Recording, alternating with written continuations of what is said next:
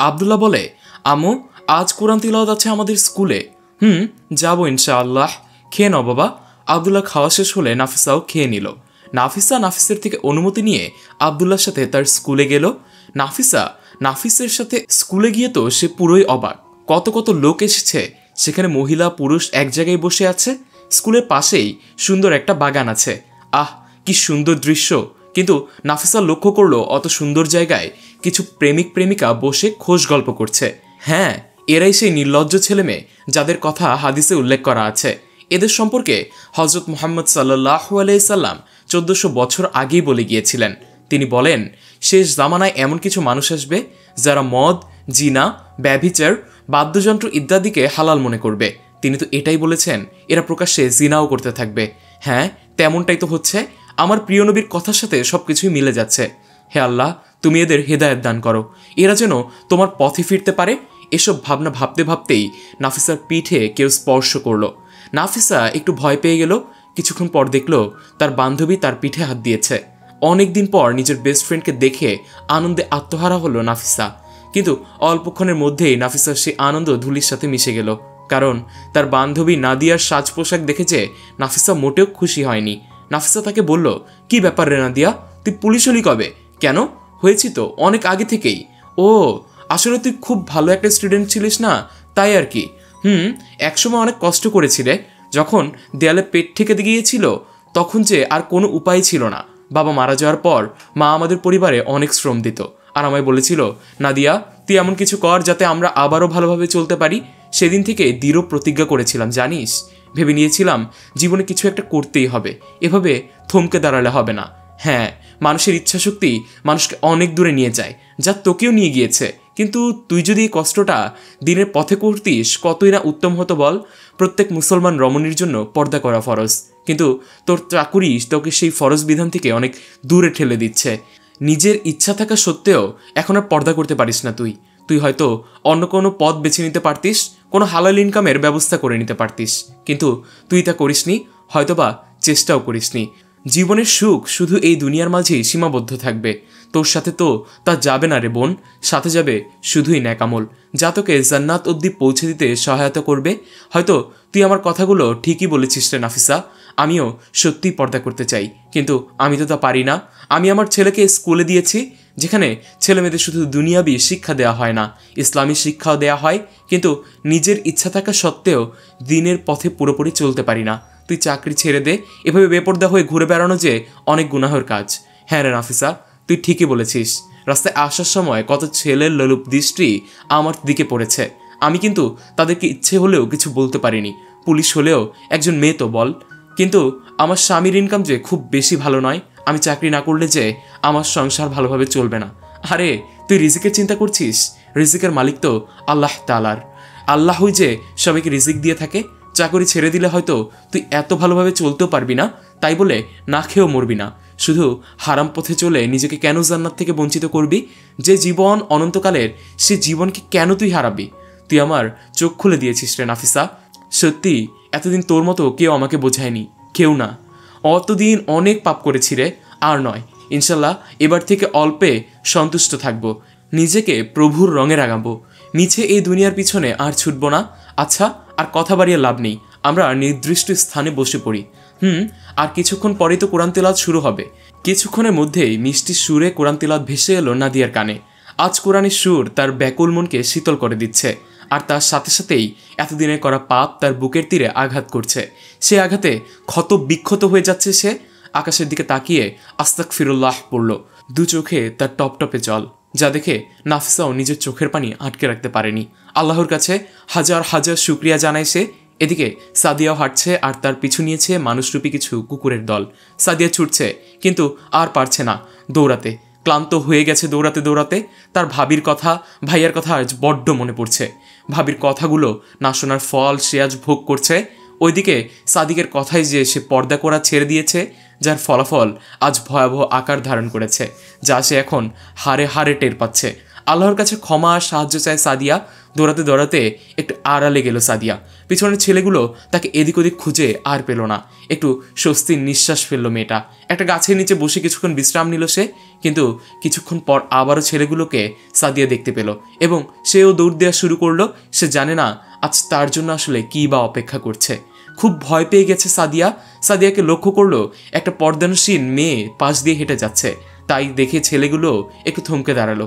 আর সাদিয়া ছুটতে ছুটতে ভাবলো, ইস, আমি যদি এরকম পর্দা করতাম তাহলে এই ছেলেগুলোর থেকেও আমি আজ রেহাই পেতাম। আজ নিজেকে আকর্ষণীয় করে তুলেছি বলেই আমার কপালে এত বড় একটা বিপদ নেমে আসলো। সাদিয়া আর নাদিয়া খুব মনোযোগ সহকারে কোরআনের প্রত্যেকের তিলাওয়াত শুনছিল। তিলাওয়াতের সুরে মুগ্ধ সবাই। উপস্থিত সকল লোকজন চুপ করে শুনছে কোরআন তিলাওয়াত। হ্যাঁ, এরাই আবার রাতের অন্ধকারে যায় নাচ গানের অনুষ্ঠান দেখতে। এরাই সে লোকজন যারা দুই নৌকায় পা দিয়ে চলে। অবশ্য কিছু লোক বাদে দুই নৌকায় পা দিয়ে চলা লোকজনগুলোর জন্য কঠিন শাস্তির ঘোষণা করা হয়েছে। নানান রকম লোককে দেখে নানান রকম চিন্তা নাফিসার মধ্যে উকি দিয়ে যায়। তাই সবার জন্য হেদায়েতের দোয়া চায় সে। অবশেষে ডাক পড়ে আবদুল্লাহর। আবদুল্লাহ স্টেজে ওঠার আগেই তার মা তাকে থামতে বলে। নাফিসা আবদুল্লাহকে ডেকে বলে, জুতো পরার সুন্নত মনে আছে তো বাবা? হ্যাঁ আম্মু, হাদিসে আছে জুতো পরার সময় ডান পা থেকে শুরু করা এবং খোলার সময় বাম পায়ের দিকে খোলা। একজন মুসলিম বহুবার দিনে জুতো পরিধান এবং খুলে থাকে। যখন সে নিয়ত এবং মানসিকতা সহ সুন্নাহ অনুযায়ী এই কাজটি করবে তখন সে অনেক পুরস্কার অর্জনে সক্ষম হবে। 33 মুসলিম হা বাই 2096। যাও বাবা। আর মনে আছে তো তোমাকে বলেছিলাম যে কোরআনের অনুবাদও পড়ে দিবা। দেখো যাতে তোমারও ভালো লাগবে আর অন্যদেরও ভালো লাগবে। আর পারলে একটু অন্য কথাও বলে দিও। মানুষের মনকে যা দিয়ে নাড়া দেওয়া যায়। আমি জানি তুমি ছোট, কিন্তু আল্লাহর উপর ভরসা রাখো। আল্লাহ তো আছেন, উনি কোনো না কোনো কথা তোমাকে স্মরণ করিয়ে দিবে। তুমি পারবে ইনশাআল্লাহ। আম্মু, ইনশাআল্লাহ। কথা শেষ করে আবদুল্লাহ স্টেজে উঠে গেল আর পুরোপুরি সালামও দিল। আবদুল্লাহ তিলাওয়াত উপস্থিত সকল শ্রোতাকে মুগ্ধ করে দিল। তিলাওয়াত শেষে অনুবাদ বলার আগেই জনগণ বলতে লাগলো আর একটা সূরা তিলাওয়াত করার কথা। সাদিয়া ছুটতে ছুটতে অনেকটা পথ চলে এসেছে। একটা সময় পর থমকে দাঁড়ায় সে। আর ছুটতে পারে না, তাই দাঁড়িয়ে পড়ে। আর ইতিমধ্যে মানুষরূপী শয়তানগুলো তাকে ঘিরেও ধরেছে। সাদিয়া ভাবতে থাকে, হে আল্লাহ, তবে কি এবার আমি সমাজের কাছে ধর্ষিতা মেয়ে বলে পরিচিত হব? ধর্ষকরা চারিপাশ ঘিরে আছে সাদিয়ার। বেরোনোর কোনো পথ খুঁজে পায় না সাদিয়া। বারবার আল্লাহর কাছে সাহায্য চাচ্ছে সে। কি করে বেরোবে এই অবস্থা থেকে? অবশ্য এই যাত্রায় বেঁচে গেল সাদিয়া। সাদিয়ার বয়ফ্রেন্ডই ঝালের গুঁড়া ছিটিয়ে দিল ধর্ষকদের চোখে। তারা আর দৌড়ে পালাতে লাগলো। আচমকা সাদিককে আসতে দেখে অনেকটা অবাক হলো সাদিয়া। আর ভাবলো, তবে কি আমি সাদিককে একটু আগে ভুল বুঝেছিলাম? ও তো আমারই ক্ষতি চায় না। ও তো আমাকে ধর্ষকদের হাত থেকে বাঁচালো। আর সাদিক মনে মনে ভাবলো, এটা তো আমার একটা পাতা ফাঁদ মহারানী। ওটা তো ঝালের গুঁড়া ছিল না, ছিল সামান্য একটা রং। ওরা তো ছিল আমার বন্ধু। ওদের তো মুখে আমি রং মেখে দিয়েছি। তুমি তো টেনশনে ওদের কিছুই দেখোনি। এবার দেখোই না আমি কি করি তোমার সাথে। তোমার ভাই আমায় অনেক কথা শুনিয়েছিল যেদিন একটা রাস্তার ছেলেকে থাপ্পড় দিয়েছিলাম। থাপ্পড় দেবো নাই বা কেন? আমার কাছে কিনা টাকা চায়।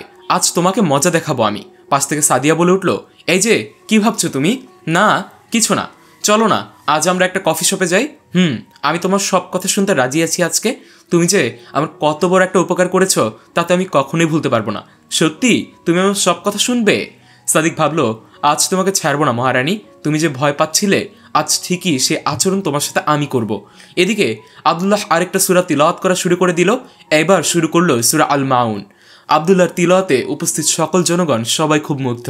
একটা নির্দিষ্ট সময় পর সবাইকে তিলাওয়াত থামাতে বলা হয়। তাই তার তিলাওয়াত শেষ হোক বা না হোক, কিন্তু আবদুল্লাহর কুরআন তিলাওয়াত যে শেষ হয়ে গেছে সেদিকে ভ্রুক্ষেপ নেই তার ক্লাস টিচারেরও। তাই আবদুল্লাহ এবার সূরা মাউনের অর্থ বলা শুরু করলো। আপনি কি দেখেন না কারা বিচার দিবসকে মিথ্যা বলে? এ হলো ওই লোক যারা ইয়াতিমকে গলা ধাক্কা দেয়, যারা মিসকিনকে খাবার দেয় না, অতপর ধ্বংস ওই সকল মুসল্লির যারা নিজেদের সালাতের ব্যাপারে উদাসীন, যারা লোক দেখানোর উদ্দেশ্যে নামাজ পড়ে এবং গৃহস্থলীর ছোটোখাটো জিনিস অন্যকে দেয় না। আমরা তো সূরা আল মাউনের এই আয়াতের সাথে নিজেদেরই মিলিয়ে ফেলি। হয়তো আমরা ইয়াতিমকে গলা ধাক্কা দেই, আমরা মিসকিনকে খাবারও দেই না, আমরা নামাজ পড়ি লোক দেখানোর জন্য। আমরা এই জন্যই তো খুব সহজেই তাহাজ্জুদের নামাজ সম্পর্কে মানুষের গল্প করতে পারি, যেটা কিনা গোপন ইবাদত। সেটা আমরা অনায়াসেই মানুষের সাথে বলে থাকি নিজের দাম বাড়ানোর জন্য। কিন্তু তাতে যে আমার নিজেদেরই ধ্বংস বয়ে আনি আমরা, এমনটাই তো কুরআনে ইঙ্গিত দেওয়া হয়েছে।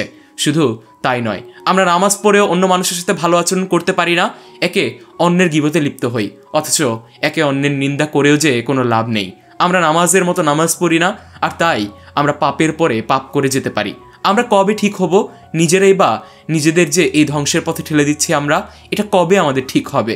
এখনো সময় আছে, নিজেকে বদলান, তাহলে দেখবেন এই পৃথিবীর মানুষগুলা কেমন যেন বদলে গেছে। নিজেকে অন্ধকারে রেখে অন্যকে আলো দেখাটা বোকামির ছাড়া আর কিছুই না। তাই আসুন আজ থেকে 5 ওয়াক্ত নামাজ পড়ি আর নিজেকে শুধরাই। আমাদের নামাজ যেন লোক দেখানো না হয়, আমাদের নামাজ যেন সেই মহান রবকে খুশি করার জন্যই হয়, তবে আমরা পাবো সুন্দর এক জান্নাত। আব্দুল্লাহর কথা শেষ করে নিচে নেমে আসলো। সবাই মুগ্ধ তার কথা শুনে। এত সুন্দর তিলাওয়াত আর এত মূল্যবান কথা শুনে সত্যি সবাই খুব অবাক হলো। পাশ থেকে এক মহিলা আব্দুল্লাহর মাকে বলল, আপনি খুবই ভাগ্যবতী, এমন এক সন্তানের মা হয়েছেন। এমন সুন্দর শিক্ষা শুধু তার মা সেই সন্তানকেই দিতে পারে। আপনি একজন সফল মা। আমরা তো আমাদের সন্তানদেরকে কখনো কোরআনের শিক্ষাই দেইনি। সেই ছোট্ট থেকেই আমার ছেলেকে পরিচিত করিয়েছি ভিডিও গেমসের সাথে। এখন পর্যন্ত আমার ছেলেটা ভিডিও গেমস ছাড়া কিছুই বোঝে না, কিন্তু আপনি তা না করে আপনার সন্তানকে দিনের শিক্ষা দিয়েছেন। সত্যি আমি গর্বিত আপনার মতো একজন মায়ের সাথে সাক্ষাৎ করতে পেরে। আল্লাহর কাছে হাজারো শুকরিয়া জানায়, তিনি আমাকে এমন একটা মায়ের সাথে পরিচয় করিয়ে দিয়েছেন যে তার ছেলেকে দিনের শিক্ষা দিয়ে বড় করেছেন। সব কিছু আল্লাহর ইচ্ছা। তাই আজ আমার ছেলেকে আমি মানুষের মতো মানুষ করে গড়ে তোলার পথ খুঁজে পেয়েছি। সাদিয়া একটু এগোতে যাবে, ঠিক সে সময় দেখলো নাফিসার তার সামনে দাঁড়িয়ে আছে। নাফিসকে দেখে এক বিষণ্ণ ভাব নাফিসার মুখে ফুটে উঠল। আব্দুল্লাহ বাবাকে দেখে আব্বু বলে জড়িয়ে ধরল। নাফিসা তার বান্ধবীর সাথে পরিচয় করিয়ে দিলেন নাফিসকে। নাদিয়া নাফিসাকে বলল, কে বিজয়ী হবে তার ফলাফল তো জানানো হবে বিকেলে। এটুকু সময় আর বাসায় যেতে হবে না, আমাদের বাসা তো কাছেই আছে, এখানে আজ তোরা থেকে যা। নাদিয়ার কথায় নাফিসা না করতে পারেনি। নাফিস মনে মনে খুব আনন্দিত হলো। ভাবলো এবার বোধহয় নাফিসা তার ঘোমটাটা আড়ালে নিজেকে লুকিয়ে রাখতে পারবে না। এবার তো অন্তত খাওয়ার সময় নিজের মুখটা খুলতেই হবে। ও যদি আমার হিমু হয় তাহলে আমি আজই বুঝতে পারবো আর কিছু লুকাতে পারবে না মহারানী আমার কাছ থেকে। এবার তো আমার কাছে তোমার ধরা দিতেই হবে। এরই মধ্যে নাদিয়ার বাড়ির উদ্দেশ্যে সবাই হাঁটা শুরু করেছে। হাঁটতে হাঁটতে থমকে দাঁড়ায় আব্দুল্লাহ। এক বৃদ্ধাকে দেখে আব্দুল্লাহ জোরে জোরে কেঁদে ওঠে। জিজ্ঞেস করলে সে বলে, দেখো না আম্মু, এই বৃদ্ধ ব্যক্তিটি কেমন থালা নিয়ে বসে আছে রাস্তায়। আব্দুল্লাহর কথা শুনে নাফিস ও নাফিসা ছুটে গেল লোকটার সামনে গিয়ে জিজ্ঞেস করলেন, আপনার ছেলে মেয়ে কেউ নেই? বৃদ্ধা লোকটি কাঁদতে কাঁদতে বলল, মারে আমার তিনটা ছেলে আর সবাই না বড় বড় অফিসার, কিন্তু যেই তাদের বাবা বিছানায় পড়ে রইল তখন থেকেই আমাদেরকে আর তারা ভাত দেয় না। রাস্তায় রাস্তায় ঘুরে 2 পয়সা কামিয়ে নিজের পেটের জন্য খাবার জোগাড় করি কোনো মতে। সারা জীবন ওদের জন্য করে কষ্ট করে জীবনটাই পার করে দিয়েছি। ভেবেছিলাম এবার একটু সুখ দেখব, কিন্তু তার কই হলো রে মা। ছেলেদের পিছনে কষ্ট করে যে তার অমানসিক রূপ দেখব তা কখনই ভাবতে পারিনি রে। বৃদ্ধ ব্যক্তিটির হাতে কিছু টাকা দিয়ে নাফিস বলল, আজ থেকে আর রাস্তায় ঘুরতে হবে না, শুধু আপনার বাড়ির ঠিকানা দিন, তাহলেই মাঝে মাঝে গিয়ে আপনাকে টাকা দিয়ে আসবো, আর খুব শীঘ্রই আপনার ছেলেদেরও শিক্ষা দিয়ে আসবো। বৃদ্ধ তখন বলল, না গো বাবা, আমার ছেলেরা যে ছোট হয়ে যাবে এরই নাম মা। নিজেদের কষ্ট হলেও নিজের ছেলে মেয়েদের সম্মানের কথা ভাবতে ভাবতেই সারাটা জীবন তারা পার করে দেয়। বাবা মার মাথার ঘাম পায়ে ফেলে সন্তানের জন্য অর্থ উপার্জন করে, তার বদলে সে পায় কিছু দুঃখ, কষ্ট আর বেদনা। মা তো সন্তানের দিকে তাকিয়ে নিজের শখ আহ্লাদ কিছুই পূরণ করতে পারে না। এত কিছুর পরও যদি সন্তানের ভালোবাসা পায় তাহলে তাদের আর মনে কোনো কষ্টই থাকে না। সত্যি কি নিষ্ঠুর এই সন্তানেরা। হে আল্লাহ, তুমি এসব সন্তানদের হেদায়েত দান করো। এসব কথা ভাবতে ভাবতেই কখন যে নাফিসের চোখে জল চলে আসে সে খেয়ালও করেনি। নাফিসা লক্ষ্য করলো নাফিসের দিকে। নিজের স্বামীকে অসহায় ব্যক্তির জন্য কাঁদতে দেখা সত্যি এক আনন্দের কাজ। তা একজন সতী নারীর জন্য খুবই খুশির বিষয়, কারণ সে তো চায় তার স্বামী সবসময় আল্লাহকে খুশি করার জন্য ব্যস্ত থাকুক। তাই নাফিসা আজ বড্ড খুশি। আল্লাহর কাছে অনেক শুকরিয়া জানালো নাফিসা। বৃদ্ধা বলল, তোমার মতো যদি আমার ছেলেরা হতো তাহলে সত্যি এতদিনের সব দুঃখ কষ্টের কথা ভুলে যেতাম।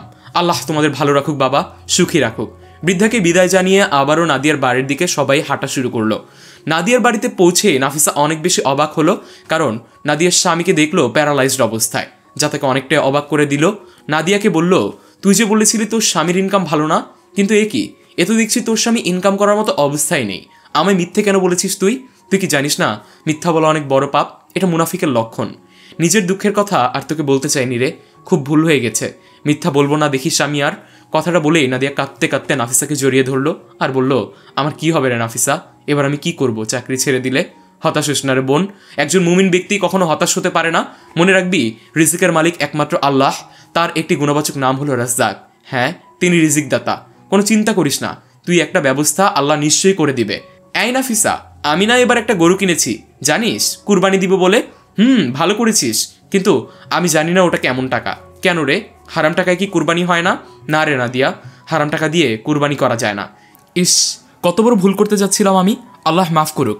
আমি এই গরুটাকে তাহলে বিক্রি করে দিব, দিয়ে সেই টাকা অসহায়দের দান করে দিব। আর আমার যে মূল বেতন আছে ওটা দিয়ে যে সাংসারিক খরচ চালাতে হবে, তবুও তা হালাল জিনিসেই শান্তি রে। এদিকে নাফিস মনে মনে ভাবছে, আর কতক্ষণ মুখ লুকিয়ে থাকবে মহারানী? খাওয়ার সময় তো ঠিকই তোমার ঘোমটাটা খুলতে হবে। আমিও দেখি ঘোমটার আড়ালে কোন মুখ লুকিয়ে আছে। আজ একবার যদি জানতে পারি তুমি আমায় হুমায়রা, তাহলে যে আমার অনেক খুশি লাগবে। আমার হৃদয়েও আস্তে আস্তে স্থান দিতে শুরু করেছি তোমাকে। তুমি হিমু বা নাফিসা তাতে আমার আর কি, তুমি তো আমার বিয়ে করাবো। আব্দুল্লাহ নাফিসাকে ডেকে বলল, কি হয়েছে আব্বু, তুমি কি ভাবছো? ওসব কথা থাক বাবা, ও তুমি বুঝবে না। পাশ থেকে নাদিয়া বলে উঠল, এই যে ভাইয়া, আপনারা কি ঘরের ভিতরে যাবেন না, নাকি ড্রয়িং রুমে বসেই কথা বলবেন? নাদিয়ার কথায় সবাই ঘরের ভিতরে প্রবেশ করলো। নাফিসা ভিতরে ঢুকেই দেখলো কত সাজ সরঞ্জাম রাখা সেখানে। নাফিসা নাদিয়ার ঘর দেখে বুঝতে পারছে সে কতটা দুনিয়ামুখী। সে ভাবলো, দুনিয়ার চিন্তায় মগ্ন ব্যক্তিরা এমন মরিচিকার পিছনে ছুটতেই পারে। আসলে এই দুনিয়ার জীবন অত চাকচিক্যময় নয়, আর একটি জীবনও রয়েছে। আর জীবনে একদিন সব কিছুই ছেড়ে চলে যেতে হবে সেই অজানায়। সেখানে শুধু কাজে লাগবে নেক আমল। আমরা আজ মিছে মায়ার পিছনে সময় ব্যয় করে ফেলি, ফলে দুনিয়াটাকেই বেছে নিয়েছি নিজের সুখের স্থান হিসেবে। কত কিছু করি আমরা দুনিয়ার জন্য, অথচ আমাদের আসল বাড়ি কবর, তার জন্য আমরা কিছুই করি না। যাক, আলহামদুলিল্লাহ, আমার আল্লাহ আমার বান্ধবীকে হেদায়েত দান করেছে। হে আল্লাহ, ওর প্রতি তুমি হেদায়েত দান করো। এদিকে নাফিস শুধু খাওয়ার সময়ের জন্য অপেক্ষা করে আছে, কখন নাফিসার মুখ দেখবে। নাফিসের যেন আর তরই সইছে না। খাওয়ার সময় চলে আসলে নাফিসার আব্দুল্লাহকে এক টেবিলে খেতে দেয় নাদিয়া, কারণ নাফিসা যে সব গল্প আগেই থেকেই করে রেখেছে নাদিয়ার সাথে, যার ফলে আর সুযোগই মিলল না নাফিসার মুখ দেখার। ওদিকে আব্দুল্লাহর স্কুলে যাওয়ার সময় ঘনিয়ে এলো। সবাই স্কুলে যাওয়ার জন্য প্রস্তুতি নিল। স্কুলে যেতে যেতে হঠাৎই কোথাও ছোট একটা ছেলে কান্নার আওয়াজ পেয়ে থমকে দাঁড়ায় নাফিসা, সাথে আব্দুল্লাহ। নাফিস থমকে দাঁড়ানোর কারণ জিজ্ঞেস করলে নাফিসা বলে, ওই বাড়ি থেকে একটা বাচ্চার কান্নার আওয়াজ ভেসে আসছে, চলুন তো একটু দেখে আসি। নাফিসার কথায় সবাই বাড়িটার দিকে ছুটে চলল। পুরো প্রাচীর দিয়ে ঘেরাও করা বাড়িটাতে ঢুকে অবাক হয় আব্দুল্লাহ। চারিপাশে অত বড় প্রাচীর দেখে নাফিসা ভেবেছিল অনেক ধনী লোক হয়তোবা, কিন্তু ভেতরে ঢোকার পর তার সেই ধারণা বিফলে চলে গেল। বাড়িটাতে ঢোকার সাথে সাথেই কেউ তাকে সালাম দিল। এতক্ষণে অন্তত একটু আন্দাজ করতে পেরেছে নাফিসা যে বাড়ির লোকেরা অনেক ধার্মিক, এর জন্যই অনেক বড় প্রাচীর দেয়া, আর তারাও অনেক দরিদ্র। ছেলেটা কান্নার কারণ জিজ্ঞেস করতে ছেলেটা বলে, আজ আমার লালুকে বিক্রি করে দিচ্ছে। আমি বলেছি আব্বুকে, আব্বু আমার জামা লাগবে না, অন্তত তার বদলে তুমি আমার লালুকে বিক্রি করো না। কিন্তু আমার আব্বু আমার কোনো কথাই শোনে না। ছেলেটির বাচ্চার দিকে তাকিয়ে দৃষ্টি দিল নাফিস। বাবার চোখে টলমলে পানি। পাশ থেকে তিনি বলে উঠলেন, অনেকদিনের ইচ্ছা কুরবানি দিব। আমি জানি এটা সবার উপর ফরজ না, কিন্তু অনেক ইচ্ছা ছিল একটু কুরবানি দিব, তবুও পারিনি। এই ছাগলটা বিক্রি করে সংসারের খরচ চালাবো। জানেন ভাই, বছরের পর বছর দেখি কত লোক হজ করতে যায়, কিন্তু আমাদের মতো লোকদের কি আর সেই সামর্থ্য আছে বলুন? ঠিকমতো খেতেই পারি না, আর কুরবানি করবো কি করে? হজ করতে যাবই বা কি করে? ছেলেটা আমার বারবার কেঁদে কেঁদে বলে, বাবা আমার বন্ধুদের বাবারা কুরবানি দেয়, তুমি দিবা না বাবা? নীরবে তখন চোখের অশ্রু ঝরানো ছাড়া আর কিছুই খুঁজে পাই না। তবে আমি জানি আমার এই অন্তরের নিয়ত আল্লাহ তাআলা একদিন অবশ্যই পূরণ করবেন ইনশাআল্লাহ। লোকটা কথা বলতে বলতে একজন ক্রেতা চলে আসে, আর এসে ছেলেটার বাবার হাতে টাকা দিয়ে ছাগলটা নিয়ে যেতে শুরু করে। ছাগলকে একটা চুমু দিয়ে বলল, লালু রে, তোর সাথে আমার আর দেখা হবে না রে লালু, আর আমি তোকে আর ঘাসও খাওয়াতে পারবো না।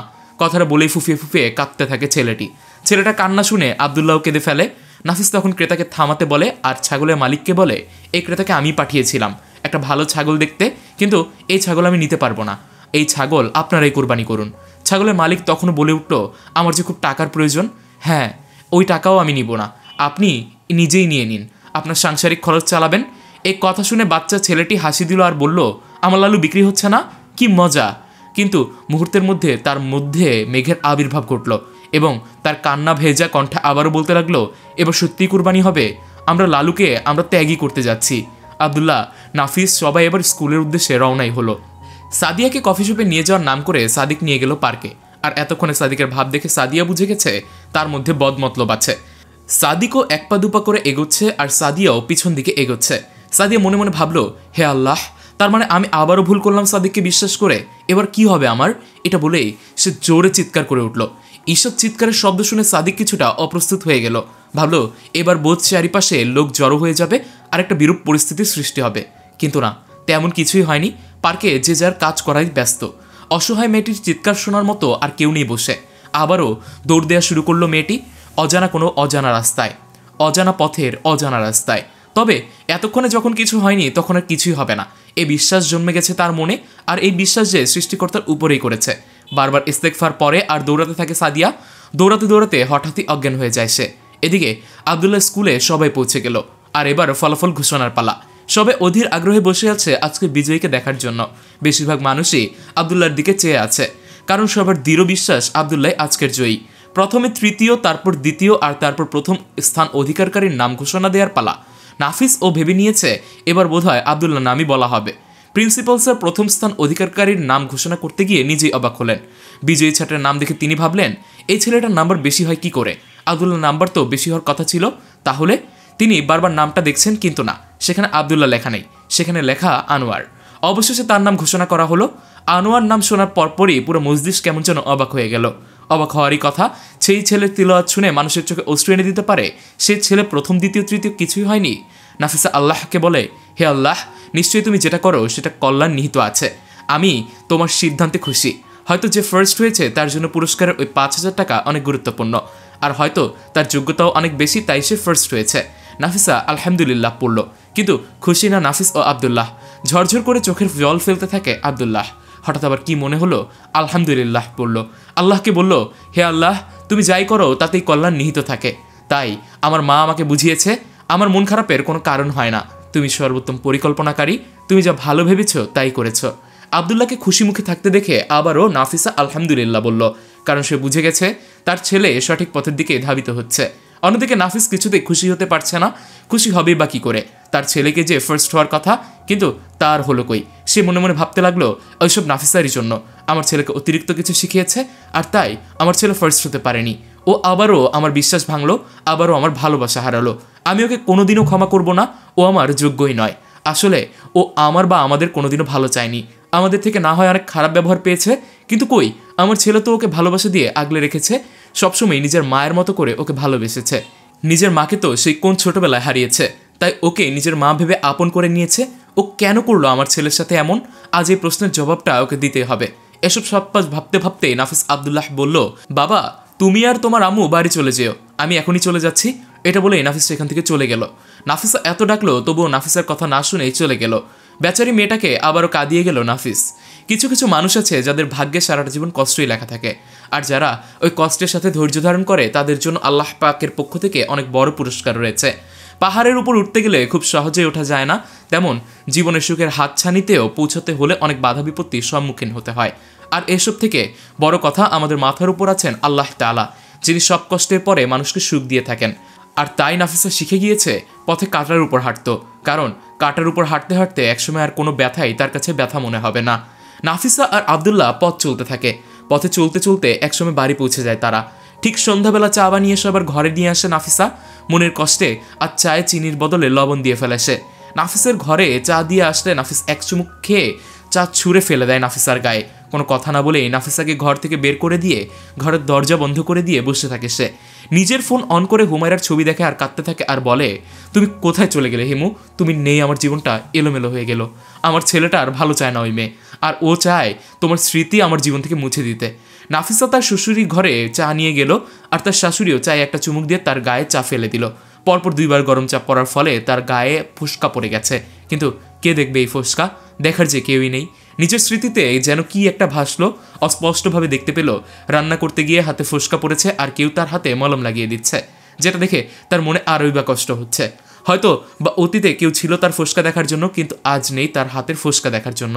এদিকে সাদিয়া যে বাড়িতে আসেনি সেদিকে কারো খেয়ালই নেই। আবদুল্লাহকে ডেকে নাফিসা সাদিয়ার কথা জিজ্ঞেস করলে সে বলে, আম্মু, ফুফি তো প্রায় সময় এমন করে। আর এ কথা শুনে নাফিস আরও চিন্তায় পড়ে গেল। ঘড়ির দিকে তাকিয়ে দেখে রাত 8টা বেজে গেছে, তবুও সাদিয়া আসেনি, অনেক রাত হয়ে গেছে। তাই আর নাফিসা বাইরেও বের হতে পারছে না। এদিকে নাফিসও তার সাথে কথাই বলছে না, তাই নাফিসা কি করবে তাই ভেবে পাচ্ছে না। আবারও নাফিসার ঘরের দিকে এগিয়ে গেল নাফিসা। গিয়ে দেখে ঘরের দরজা দেয়া। আবদুল্লাহ গিয়ে ডাক দিল, নাফিস দরজা খুলে দিল। আবদুল্লাহর চোখে রাজ্যের ঘুম, তাই শুয়ে পড়ার সাথে সাথে আবদুল্লাহ ঘুমিয়ে গেল। নাফিসের সাথে এত কথা বলার চেষ্টা করলো নাফিসা, কিন্তু তবুও নাফিস কোনো কথাই বলল না। নাফিসা বলল, আমার অপরাধটা কি সেটা তো বলে দিন। আমার সাথে আপনি এমন কেন করছেন? আপনার অপরাধ কি এটা এখনও জিজ্ঞেস করছেন? আমার ছেলেকে কোরআন তিলাওয়াত প্রতিযোগিতার নিয়ম ভাঙাতে শিখিয়েছেন আপনি, আবার জিজ্ঞেস করছেন আপনার অপরাধ কি? আমি যা করেছি তাতে তো মানুষের কিছুটা উপকার হতে পারে, আমার ছেলের তো কোনো উপকার হলো না। কে বলেছে কোনো উপকার হয়নি? দেখেননি কিভাবে একটা সূরা তেলাওয়াত করার সাথে সাথে আরেকটা সূরা তেলাওয়াত করতে বলল? নাফিসার কোনো কথায় নাফিস গায়ে মাখলো না, তাকে অনেক মেজাজ দেখিয়ে বলল, আমার ছেলের দায়িত্ব আমি ভুল মানুষের উপরে দিয়েছিলাম, আজ থেকে আমার ছেলের বিষয়ে আপনি কোনো কথা বলবেন না, এই বলে দিলাম। নাফিসের সাদিয়ার কথা আর বলতে পারল না নাফিসা। নীরবে চোখের অশ্রু ঝরাতে ঝরাতে ঘুমিয়ে পড়ে নাফিসা। ফজরের আজানের সাথে সাথে ঘুম ভেঙে যায় তার। আবদুল্লাহরও ঘুম ভেঙে যায় ফজরের আজানের ধ্বনিতে। রাতে এশার নামাজ না পড়ে ঘুম পড়েছে, তাই জোরে জোরে কাঁদতে থাকে নাফিসা। নাফিসা এসে বলল, তোমাকে ডেকেছিলাম কিন্তু তুমি উঠোনি, তুমি কষ্ট পেও না বাবা, তোমার উপর এখনো নামাজ ফরজ হয়নি। তবু আবদুল্লাহ কিছুতেই শান্ত হতে পারল না। বারবার সে ইস্তেগফার পড়তে লাগলো। আবদুল্লাহ উঠে নাফিসকে ডেকে দিতে নিলে নাফিস নামাজ আদায় করে বিছানা থেকে উঠে যায়। সকালের নাস্তা তৈরি করে সবাইকে খাবার দিয়ে বেরিয়ে পড়ে রাস্তায়, কিন্তু কোথায় পাবে সে তো তা জানে না। আল্লাহর কাছে সাহায্য চাইতে থাকে নাফিসা। নাফিসার ফোনে ফোন দেয় কিন্তু তাকে ফোনেও পায় না, ফোনে কিছুতেই সংযোগ পায় না নাফিসা। রাতের আধার কেটে ভোরের আলো ফুটেছে আর তারপর সকাল হয়ে গেছে, কিন্তু সাদিয়া গভীর ঘুমে বিভোর। সকাল 11টা বেজে গেছে কিন্তু না, তবুও মেয়েটি গভীর ঘুমে বিভোর।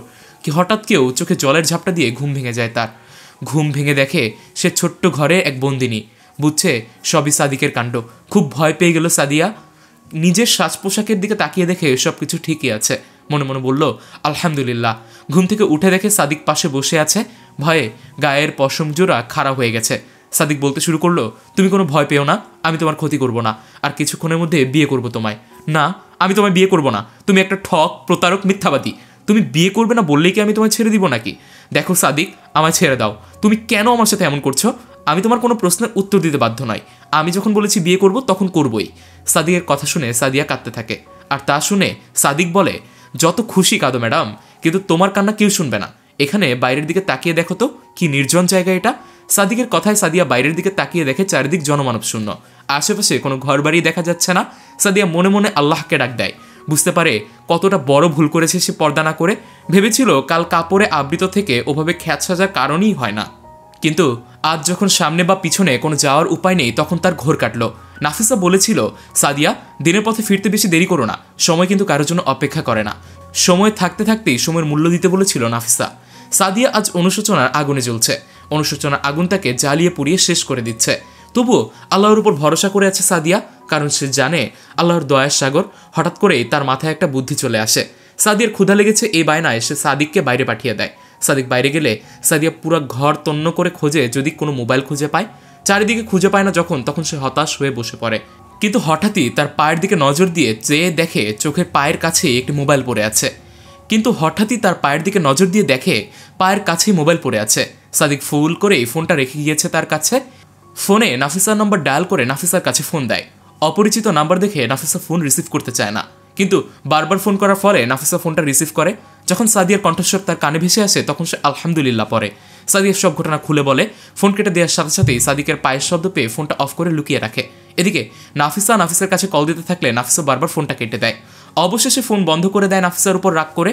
নাফিসা সাদিয়ার কাছেও কল দিতে গিয়ে দেখে সাদিয়ার নাম্বারও বন্ধ আছে। এবার খুব চিন্তিত হয়ে যায় নাফিসা। একটা সময় নাফিস ফোনটা অন করে নাফিসার কাছে নিজেই ফোন দেয়, আর সে নাফিসাকে বাড়ি যেতে বলে। নাফিসা বাড়ি গিয়ে নাফিসকে সব ঘটনা খুলে বলে এবং বলে সাদিয়া জায়গার নাম ঠিক করতে বলতে পারলো না, শুধু এতটুকু বলল ওখানে একটা খাদ আছে আর ওই খাদে আমার হিমুভাবি পড়ে গিয়েছিল।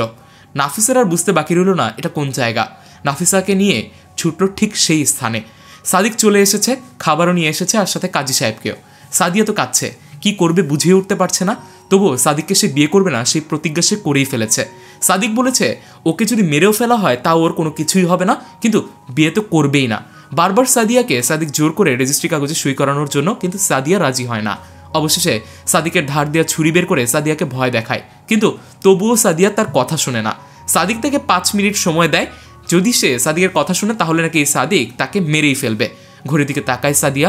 এবার তাকে বোধ হয় জীবনের হিসাব নিকাশ শেষ হয়ে যাওয়ার পালা। আল্লাহর কাছে বহুবার তওবা করতে থাকে সে, আল্লাহর কালেমা পড়তে থাকে আর পড়তে থাকে আয়াতুল কুরসি, পরে দোয়া ইউনুস। সে জানে না আর বাঁচবে কিনা। বেশি বেশি নাফিসার কথা মনে করতে থাকে সাদিয়া। আরও 5 মিনিট সময় চেয়ে নেয় সাদিকের কাছ থেকে, আর তারপর মনে করে নাফিসার বলা সেই কথাটি। নাফিসা তাকে বলেছিল গুনাহ করে কখনো হতাশ হবে না বোন, কারণ মানুষ ভুল করবে, এটাই স্বাভাবিক। আর তার মধ্যে উত্তম ব্যক্তি হলো যে ব্যক্তি পাপ কাজের পরে 2 চোখের পানি ঝরিয়ে আল্লাহর কাছে তওবা করে। সাদিক ছুরি নিয়ে দাঁড়িয়ে থাকে আর সাদিয়া আল্লাহর কাছে মোনাজাত করে কান্নায় ভেঙে পড়ে। আল্লাহকে বলে, হে আল্লাহ, এই ছেলেটাকে তুমি হেদায়েত দান করো। আমি ভেবে মারা গেলে আর ইবাদত করার সুযোগই পাবো না। জীবনে কখনো তোমার পথে চলার চেষ্টা করিনি, কখনো কাঁদিনি নিজের পাপের জন্য। আজ বড্ড অনুশোচনা হচ্ছে আমার। অনুতাপের আগুনে জ্বলে পড়ে ছারখার হয়ে যাচ্ছি আমি। আমায় একটু সুযোগ করে দাও মালিক। ইমানের পথে চলার স্বাদ আমি উপভোগ করতে চাই। হে মালিক, আমায় তুমি এত তাড়াতাড়ি দুনিয়া থেকে বিদায় দিয়ে দিও না। মোনাজাত শেষে দাঁড়িয়ে সাদিয়া বলতে থাকে, আমি তোমার মতো ছেলেকে বিয়ে করতে পারবো না। তুমি আমায় মেরে ফেলো, আমি মৃত্যুকে ভয় করি না। আমি বিশ্বাস করি আমার প্রভু অত্যন্ত দয়াময় এবং ক্ষমাশীল। তিনি নিশ্চয়ই আমাকে ক্ষমা করে দিয়েছেন। এদিকে সাদিক এগোতে থাকে আর সাদিয়া পিছাতে থাকে। একটা সময় মেয়েটা মাটিতে বসে পড়ে, দাঁড়ানোর শক্তি হারিয়ে ফেলে সে। মনের মধ্যে এক অসাধারণ শক্তি খুঁজে পায়, তাই সে আর পালানোর চেষ্টাই করে না। সাদিকের দিকে তাকিয়ে দেখে তার দু চোখ দিয়ে অশ্রু প্রবাহিত হচ্ছে, যা সাদিয়াকে আজ অনেক বেশি অবাক করে দেয়। সাদিক কাঁদতে থাকে আর বলে, আমার জীবনে কখনো ঠিকমতো নামাজ আমি পড়িনি। কবে যে শেষ নামাজ পড়েছি তাও মনে পড়ে না। তাই আমি জানি না নামাজে কি শান্তি হয়, চোখে পানি আসে কি। কিন্তু যখন আজ তোমাকে নামাজ পড়তে দেখছিলাম তখন না আমার খুব আনন্দ হচ্ছিল। তোমার কান্না দেখে আর নিজেকে সামলে রাখতে পারিনি। বারবার মনের মধ্যে এক অপরাধবোধ কাজ করছিল। এখন নিজেকে হালকা লাগছে অনেক। মনে হচ্ছে এতদিন ডাস্টবিনের মধ্যে পড়েছিলাম আর আজ সেই ডাস্টবিন থেকে বের হয়ে এসেছি। কিন্তু আল্লাহ কি আমায় ক্ষমা করবেন? জীবনে আমি এত পাপ করেছি।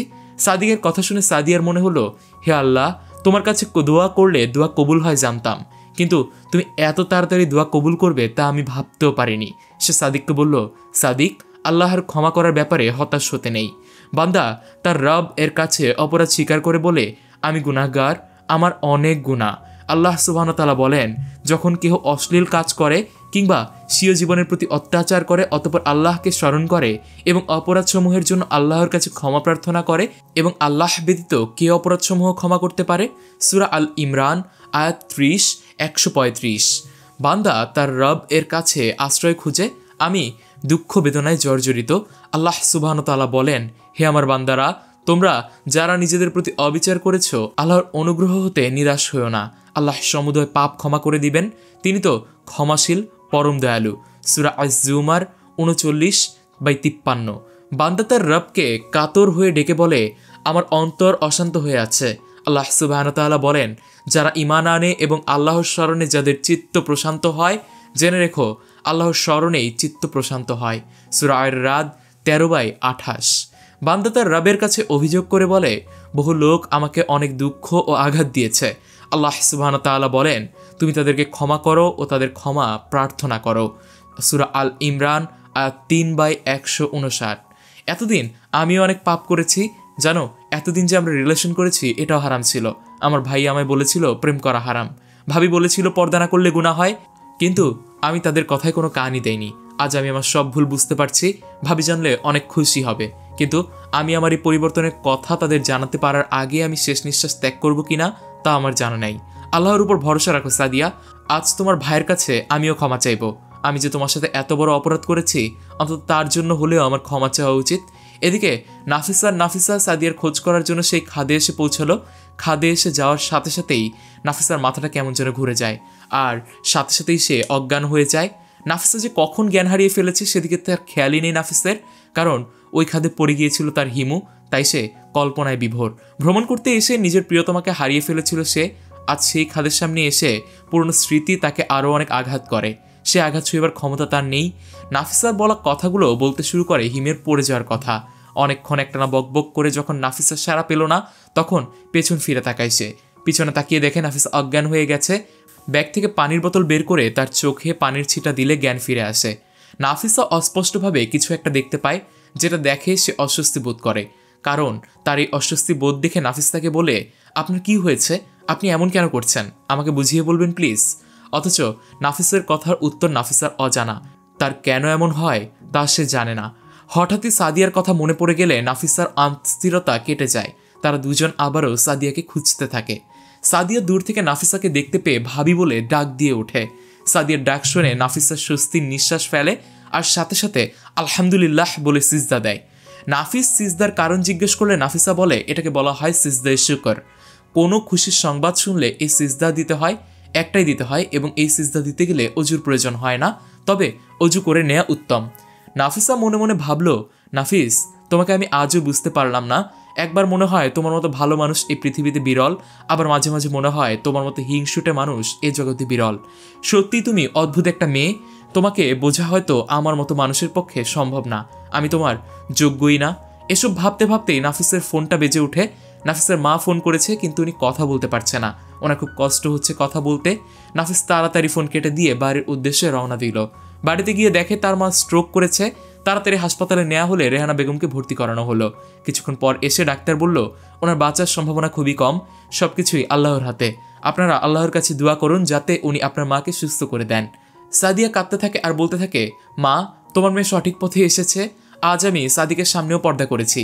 যে সাদিকের সাথে এতদিন ধরে রিলেশন করেছি, আজ সে সাদিকের সামনেই পর্দা করেছি। কারণ সাদিক আমার গায়ের মাহরাম, তাই ওর সামনে পর্দা করা আমার জন্য ফরজ।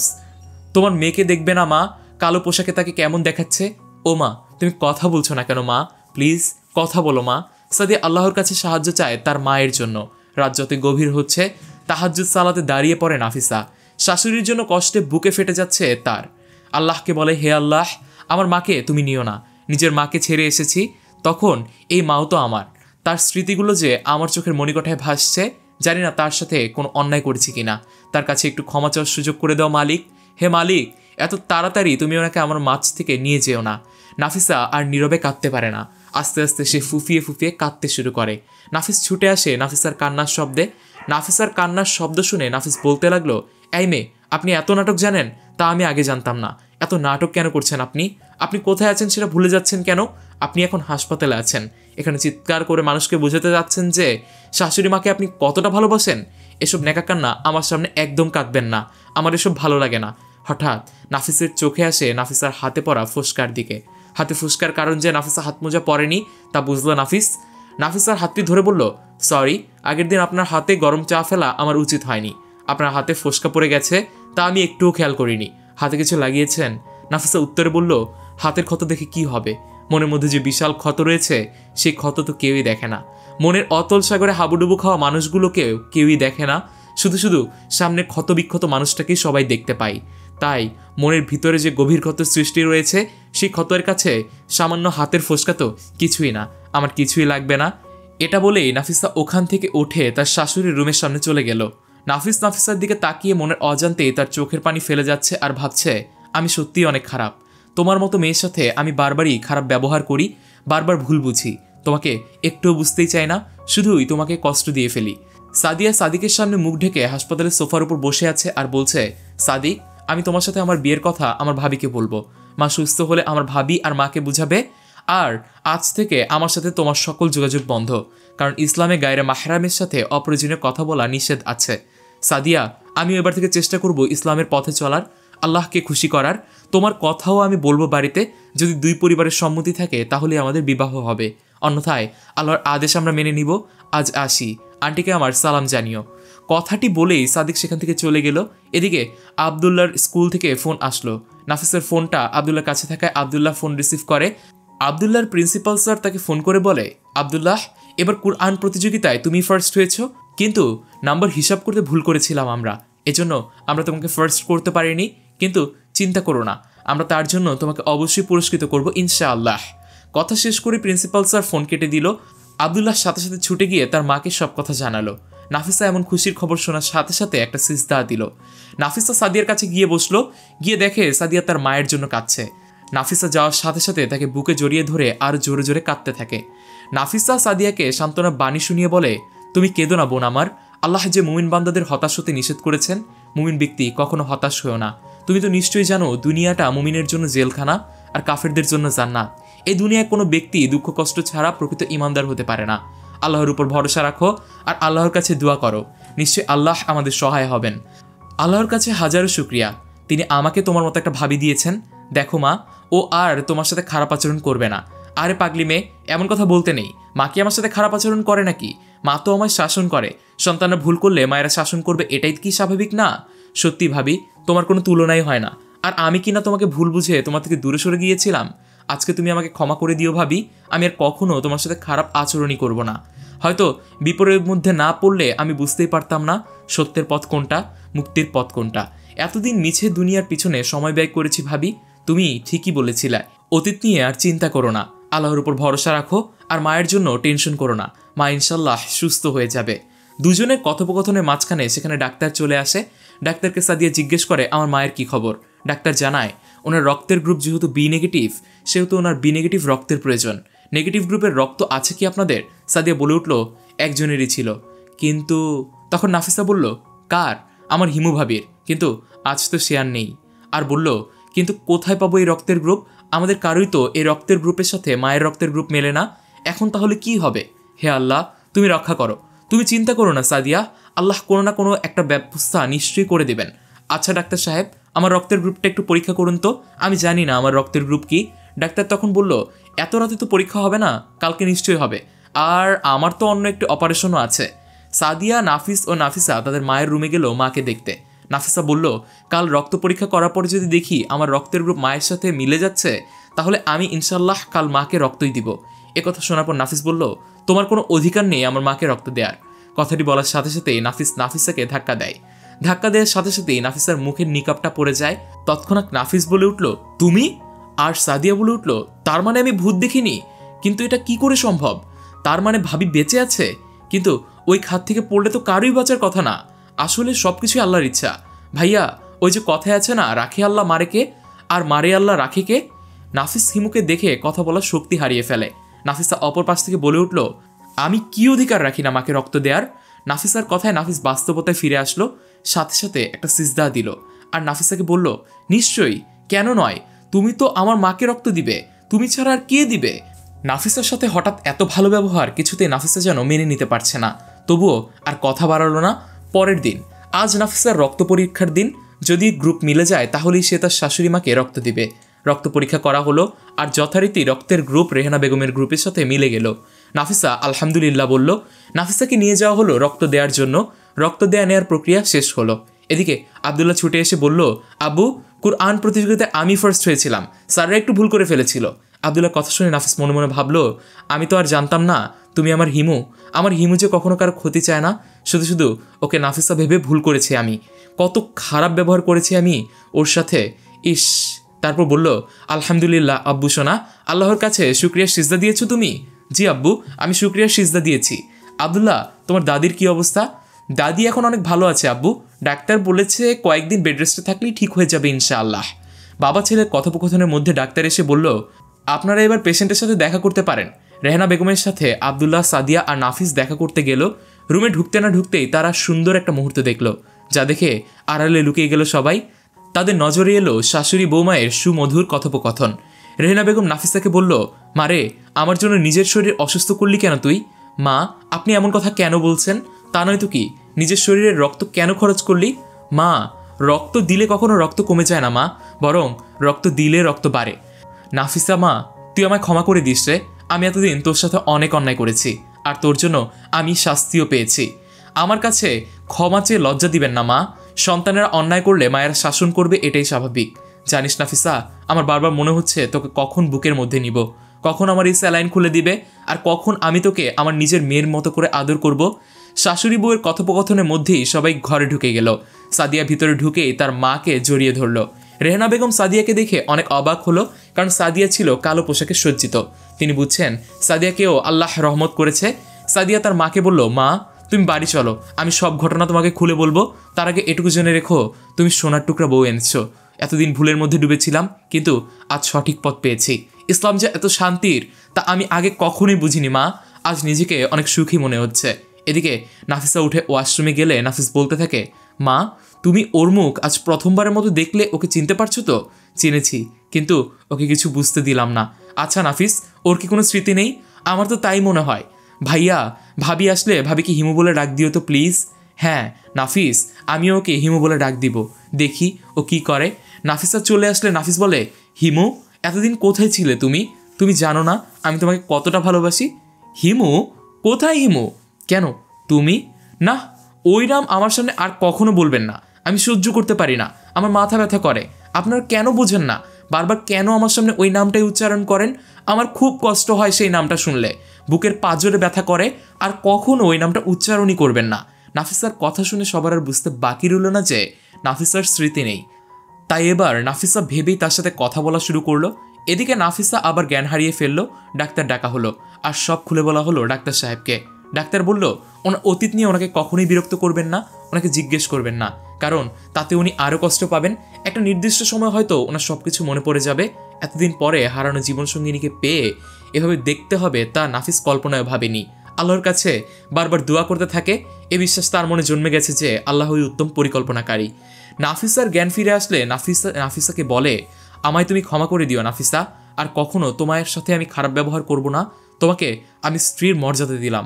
আচ্ছা, আপনারা স্বামীরা কি মনে করেন স্ত্রীদের সাথে খারাপ ব্যবহার করে স্ত্রী মর্যাদা দিয়ে দিলে সব সমস্যার সমাধান হয়ে যায়, তাই না? এটা কি পুতুল খেলা নাকি? পুতুল সংসারে তো নিজের ইচ্ছে মতো করে সাজানো গুছানো যায়, কিন্তু বাস্তব জীবনকে পুতুল খেলার সাথে গুলিয়ে ফেললে কি করে চলবে বলুন তো? আমার মন তো অনেক আগেই ভেঙে গিয়েছে। আপনি নিশ্চয়ই জানেন, ভাঙা কাঁচ জোড়া লাগালেও কিন্তু দাগবিহীন হয় না, সেই দাগ কিন্তু থেকেই যায়। নাফিসা, আমি ভুল বুঝো না প্লিজ।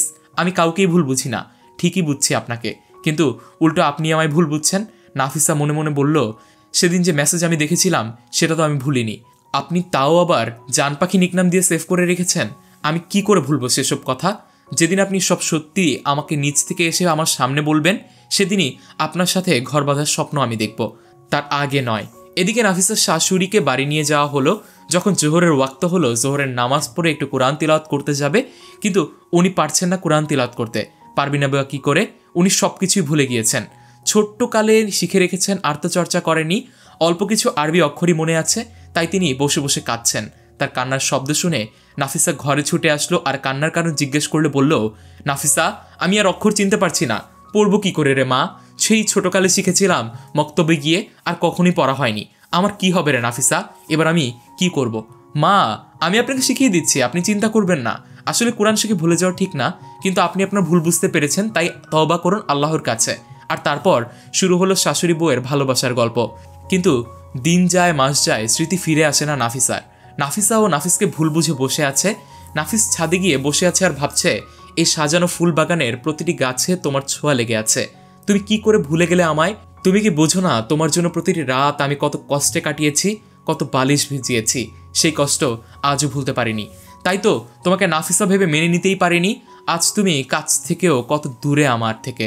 তোমাকে আবার যখন দেখলাম, আমার তখন এক মুহূর্তের জন্য মনে কত স্বপ্ন বুনে ফেলেছিলাম। ভেবেছিলাম এই দুনিয়াতে আমাদের আরেকটা সন্তানের জন্ম হবে, কিন্তু তুমি আমাকে ভুল বুঝে আছো। আমি জানিও না তুমি আমাকে কেন ভুল বুঝে আছো, কারণটা তুমি আমাকে বলবে না। তোমার স্মৃতি নেই, তাই হয়তো জানো না আমি তোমাকে কতটা ভালোবাসি। হয়তো ভালোবাসাই মানুষকে সবচেয়ে বেশি আঘাত করে, আর তাই হয়তো বা আজ তুমি আমাকে আঘাত করছো। ওর থেকে যদি কিছু নাই আসতে, তাহলে হয়তো এর থেকে কম কষ্টটাই আমি পেতাম। আমার মাও আজ খুব বেশি খুশি তোমাকে দেখে, কিন্তু তুমি তো জানোই না তুমি কে, আর তোমাকে সবাই কেমন যত্ন করতো।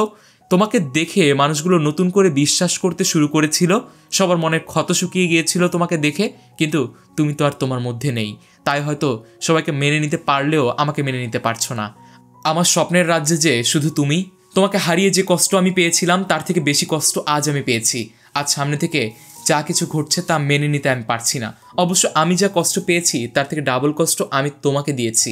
আমি ধৈর্য ধারণ করব, আমার আল্লাহর কাছে সাহায্য চাইব, যাতে তিনি তোমার সকল স্মৃতি ফিরিয়ে দেয় তোমায়। আল্লাহ তো বলেছেনই, নিশ্চয়ই কষ্টের পরে স্বস্তি রয়েছে। আমি বিশ্বাস করি আমার প্রভু দয়াময়, তার দয়া অসীম।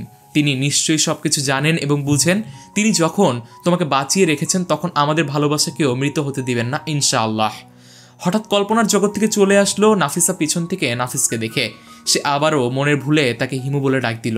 হিমু, তুমি এসেছো, তার মানে তোমার ভুল ভেঙেছে। আপনি আবারও ওই নাম আমার সামনে উচ্চারণ কেন করছেন? আপনাকে তো আমি নিষেধ করেছি ওই নাম আমার সামনে উচ্চারণ না করতে। আমি ওই নামটি সহ্য করতে পারি না, আমার প্রচণ্ড মাথা ব্যথা করে। এই বলে প্রচণ্ড ক্ষিপ্ত গতিতে নাফিসা সেখান থেকে প্রস্থান করলো। নাফিস চলে যাওয়ার পর তার দিকে দৃষ্টি দিল। দেখতে দেখতেই দৃষ্টির অগোচরে চলে গেল নাফিসা। চোখের পানি টপ টপ করে গড়িয়ে পড়ছে, সেদিকে খেয়াল নেই নাফিসের। এদিকে নাফিসা নিচে এসে সাদিয়ার দিকে লক্ষ্য করে দেখলো কুরআন তিলাওয়াত করছে সে, যা দেখে নাফিসা আনন্দাশ্রু ঝরালো। নাফিসা আল্লাহর কাছে অনেক শুকরিয়া জানালো। আজ প্রথমবার নাফিসা নিজেকে এত সুখী মনে করছে। ভাববি বা কি করে, নিজের জীবনসঙ্গিনীকে তো সে ভুল বুঝে বসে আছে। নিজের চোখে দেখা জিনিসও যে মাঝে মাঝে ভুল হয়, সেটা তো আর সে বুঝে না।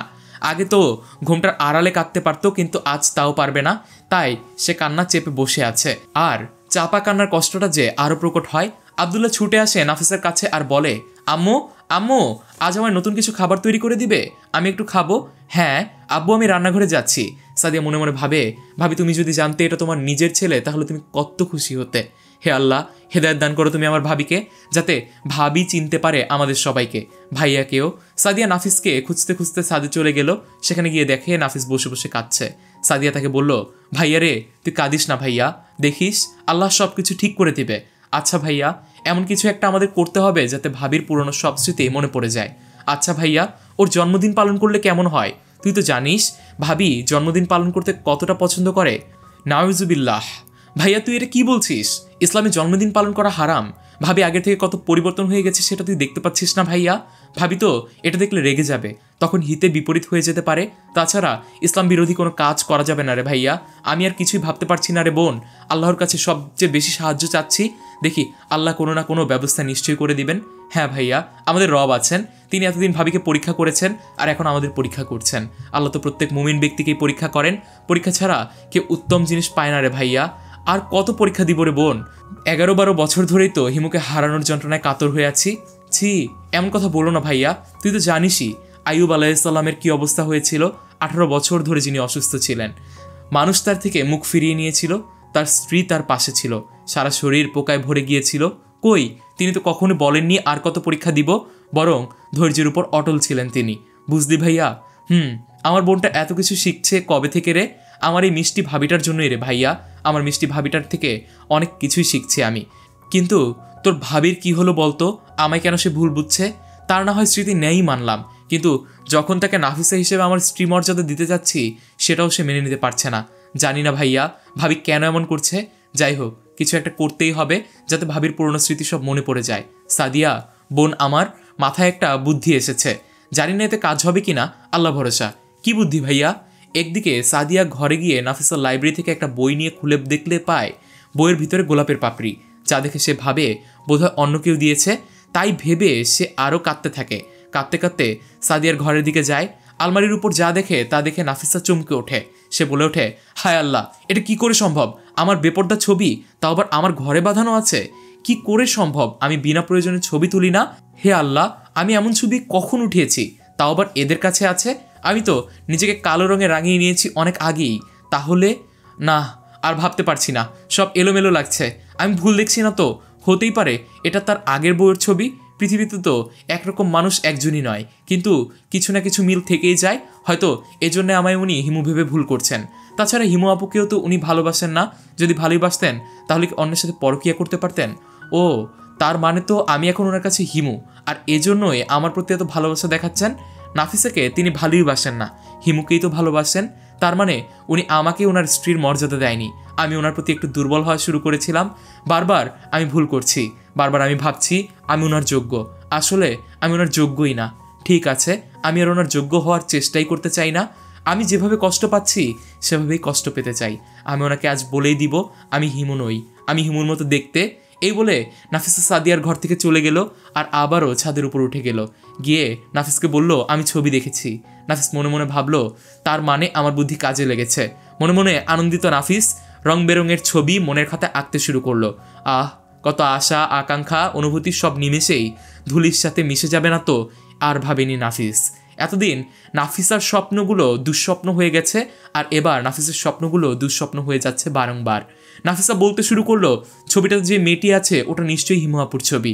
নাফিস আরও খুশি হলো, ভাবলো তার স্মৃতি ফিরে এসেছে। নাফিস উত্তরে বলল, হ্যাঁ, আর তার জন্যই আমাকে হিমু ভেবে ভুল করছেন আপনি।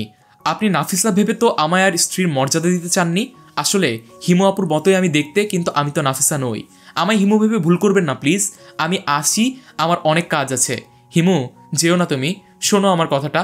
হিমু। নাফিস আবারও হতাশ হয়ে সাদিয়ার ঘরের দিকে ছুটল। গিয়ে সাদিয়াকে বলল, সাদিয়া, ও হিমু না, নাফিসা। না হলে তুই ভাব, মানুষের স্মৃতি না থাকলে মানুষ তো জানবে যে তার স্মৃতি নেই। কিন্তু ভাইয়া, হিমু ভাবির সাথে নাফিসা ভাবির কোনো অমিল আমি খুঁজে পাচ্ছি না। তাহলে ও বলছে ও নাফিসা, আর ও এটা বলছে ও নাকি হিমুর মতো দেখতে, তাই আমরা ওকে হিমু ভেবেই ভুল করছি। ভাইয়া, তার মানে হিমু ভাবি সত্যিই মারা গেছে? কিন্তু ভাইয়া ও যদি হিমু ভাবি নাও হয় তাহলেই বা আমাদের সমস্যা কোথায়? হিমু ভাবিকে হারানোর যন্ত্রণা তো আমরা অনেক আগেই পেয়ে গিয়েছি। ভাবি হিমু ভাবির মতো দেখতে, আর হিমু ভাবির মতোই সুন্দর একটা মনও আছে ভাবির। তাই ভাবি হিমু হোক বা নাফিসাই হোক, তাতে আমাদের কি? সেও তো তোর বিয়ে করা বউ। হ্যাঁ সাদিয়া, তুই ঠিকই বলেছিস। যাই হোক, তাতে আমাদের কি? ওর সুন্দর একটা মন আছে, ওর দিনদারিতা প্রত্যেক মানুষকে মুগ্ধ করে। আর আমার ছেলেও একদিন বড় হয়ে অনেক কিছু হবে ইনশাআল্লাহ। হয়তো সে অনেক টাকা পয়সার মালিক হতে পারবে না, কিন্তু ওর যে সম্মান হবে সে সম্মান টাকা পয়সার বিনিময়ে পাওয়া যাবে না। আমি আমার ছেলের দায়িত্ব কোনো ভুল মানুষের উপর দেইনি রে বোন। হ্যাঁ ভাইয়া, ভাবির ওসিলায় আমরাও তো সুপথ পেয়েছি। আমাদের বাড়ির প্রত্যেকটি মানুষ ভাবির ওসিলায় আজ সত্য পথের অধিবাসী। আজ বাবা যদি বেঁচে থাকতো তাহলে কত খুশি হতো এসব দেখে। হ্যাঁ বোন, আজ বড্ড মনে হচ্ছে বাবার কথা। বাবা আমাদের কত বলতো আল্লাহর পথে চলতে, নামাজ পড়তে, কোরআন পড়তে, আমরা কখনোই তা শুনতাম না। ভাইয়া বাবা সবসময় চাইতো আমরা যেন নেককার সন্তান হই। মাঝে মাঝে যখন রাতে ঘুম ভেঙে যেত তখন বাবাকে দেখতাম জায়নামাজে দাঁড়িয়ে জায়নামাজ ভিজিয়ে ফেলতে। আর দেখ, বাবার দোয়া আজ কবুল হয়ে গিয়েছে। দিনে ফেরার আগে বাবার জন্য কখনো দোয়া করেছি কি আমরা? তাও মনে পড়ে না। আজ বাবার কথা বড্ড মনে পড়ছে রে ভাইয়া। বাবার চলে যাওয়ার স্মৃতি খুব কাঁদায়। কাঁদিস না বোন, দোয়া কর বাবার জন্য। আল্লাহ সন্তানের জন্য বাবা মায়ের দোয়া আর বাবা মায়ের জন্য সন্তানের দোয়া কখনো ফেরত দেন না।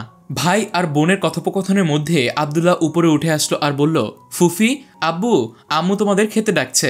হ্যাঁ আব্বু সোনা, আমরা আসছি, তুমি যাও। চল ভাইয়া, আমরা খেয়ে আসি, আমার তো কাল কলেজে যেতে হবে। সবাই খাওয়ার টেবিলে উপস্থিত হলো। নাফিসা খাবার পরিবেশন করা শুরু করলো। খাবার খেতে গিয়ে নাফিস ভাবলো, তুমি সত্যি আমার হিমু নাও? তাহলে তোমার হাতের রান্নার স্বাদ কেন পরিবর্তন হলো না? কেন? আর হিমু হবেই বা কী করে? যার স্মৃতি থাকে না সে তো এতটুকু জানে যে তার স্মৃতি নেই, কারণ সে অন্য পরিবেশে বড় হয়।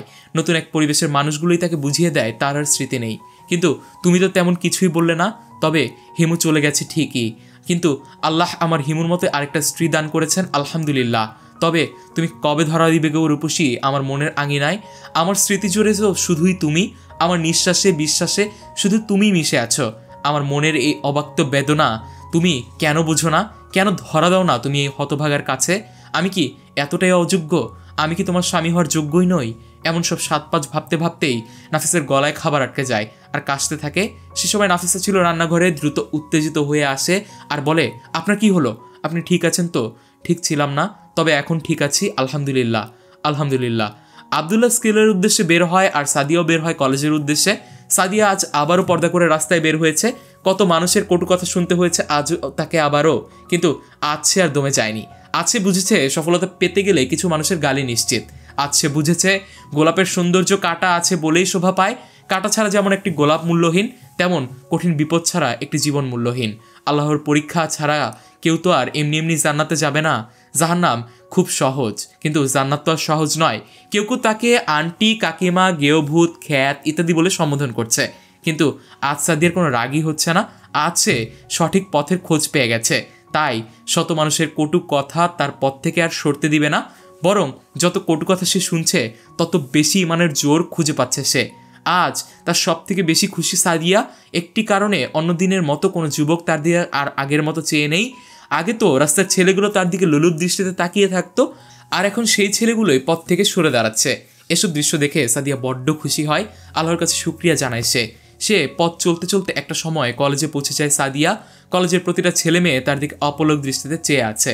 সবার চাহানি দেখে সাদিয়ার মনে হচ্ছে কোনো বড় অপরাধ করে ফেলেছে। সাদিয়ার এক বান্ধবী তো সাদিয়াকে বলেই ফেললো, এই তুই নিজেকে এভাবে ঢেকে রেখেছিস কেন? এত গরম তুই কি করে সহ্য করছিস? সাদিয়া প্রতি উত্তরে বলে, সামান্য গরম তোর জীবন অতিষ্ঠ হয়ে যাচ্ছে আর জাহান্নামের উত্তপ্ত শিখায়, তাহলে কেমন হবে বলতো? আল্লাহ কুরআনে বলেছেন, তুমি কি জানো জাহান্নাম কি? উহা শান্তিতে থাকতে দেয় না আর ছেড়েও দেয় না, উহা চামড়া ঝলসে দেয়। 30 জন ফেরেশতা তার প্রহরী হবে। মুদাসসির 27-30। সাদিয়া তার কথা শুনে বান্ধবী সাময়িককালের জন্য অবাক হয় আর আবারও উল্টা কথা শোনাতে থাকে সাদিয়াকে। সাদিয়া কারোর কথায় কান দেয় না। স্যার এসে বলে, এই মেয়ে, তোমার কলেজ ড্রেস কোথায়? ডিসিপ্লিন জানো না?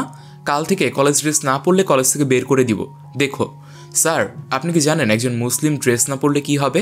মানে? হ্যাঁ, মুসলিম ড্রেস। সামান্য কলেজ থেকে বের করে দেওয়ার ভয়ে আমি জাহান্নামে যেতে চাই না, কারণ আমি যদি মুসলিম ড্রেস না পরি তাহলে হাশরের ময়দানে আল্লাহ আমাকে সেদিন জান্নাতে ঢুকতে দেবেন না। সাদিয়ার কথা শুনে কিছুক্ষণ নীরব ভূমিকা পালন করলো ক্লাসের সবাই। সাথে ক্লাস টিচারও। আসলে সবাই যে মুসলিম সবার অন্তরে অনুপরিমাণ হলেও তো ভয় আছে, এজন্য জাহান্নামের কথা শোনেই সবাই ভয়ে চুপসে গেল। পুরো ক্লাস পিনপতন নীরবতা, কারোর মুখে টু শব্দটি পর্যন্ত শোনা যাচ্ছে না। হঠাৎ সাদিয়ার কথায় আবারও পুরো ক্লাস এক ধরনের আওয়াজের সৃষ্টি হলো। সাদিয়া তার স্যারকে বলল, স্যার, আল্লাহর ওয়াদা সত্য। আল্লাহ কুরআনে বলেছেন যা একদিন প্রতিফলিত হবেই, সুতরাং সাবধান হয়ে যান। এখনও সময় আছে তওবা করার, কারণ মৃত্যুর গর্গর শব্দ এখনও আসেনি। তওবা করুন, আল্লাহর পথে ফিরে আসুন, দেখবেন জীবনের এক নতুন অধ্যায় শুরু হবে যেখানে শুধু শান্তি আর শান্তি। স্যার আর কোনো কথা না বলেই ক্লাস থেকে চলে গেল। ক্লাস করা আর হলো না।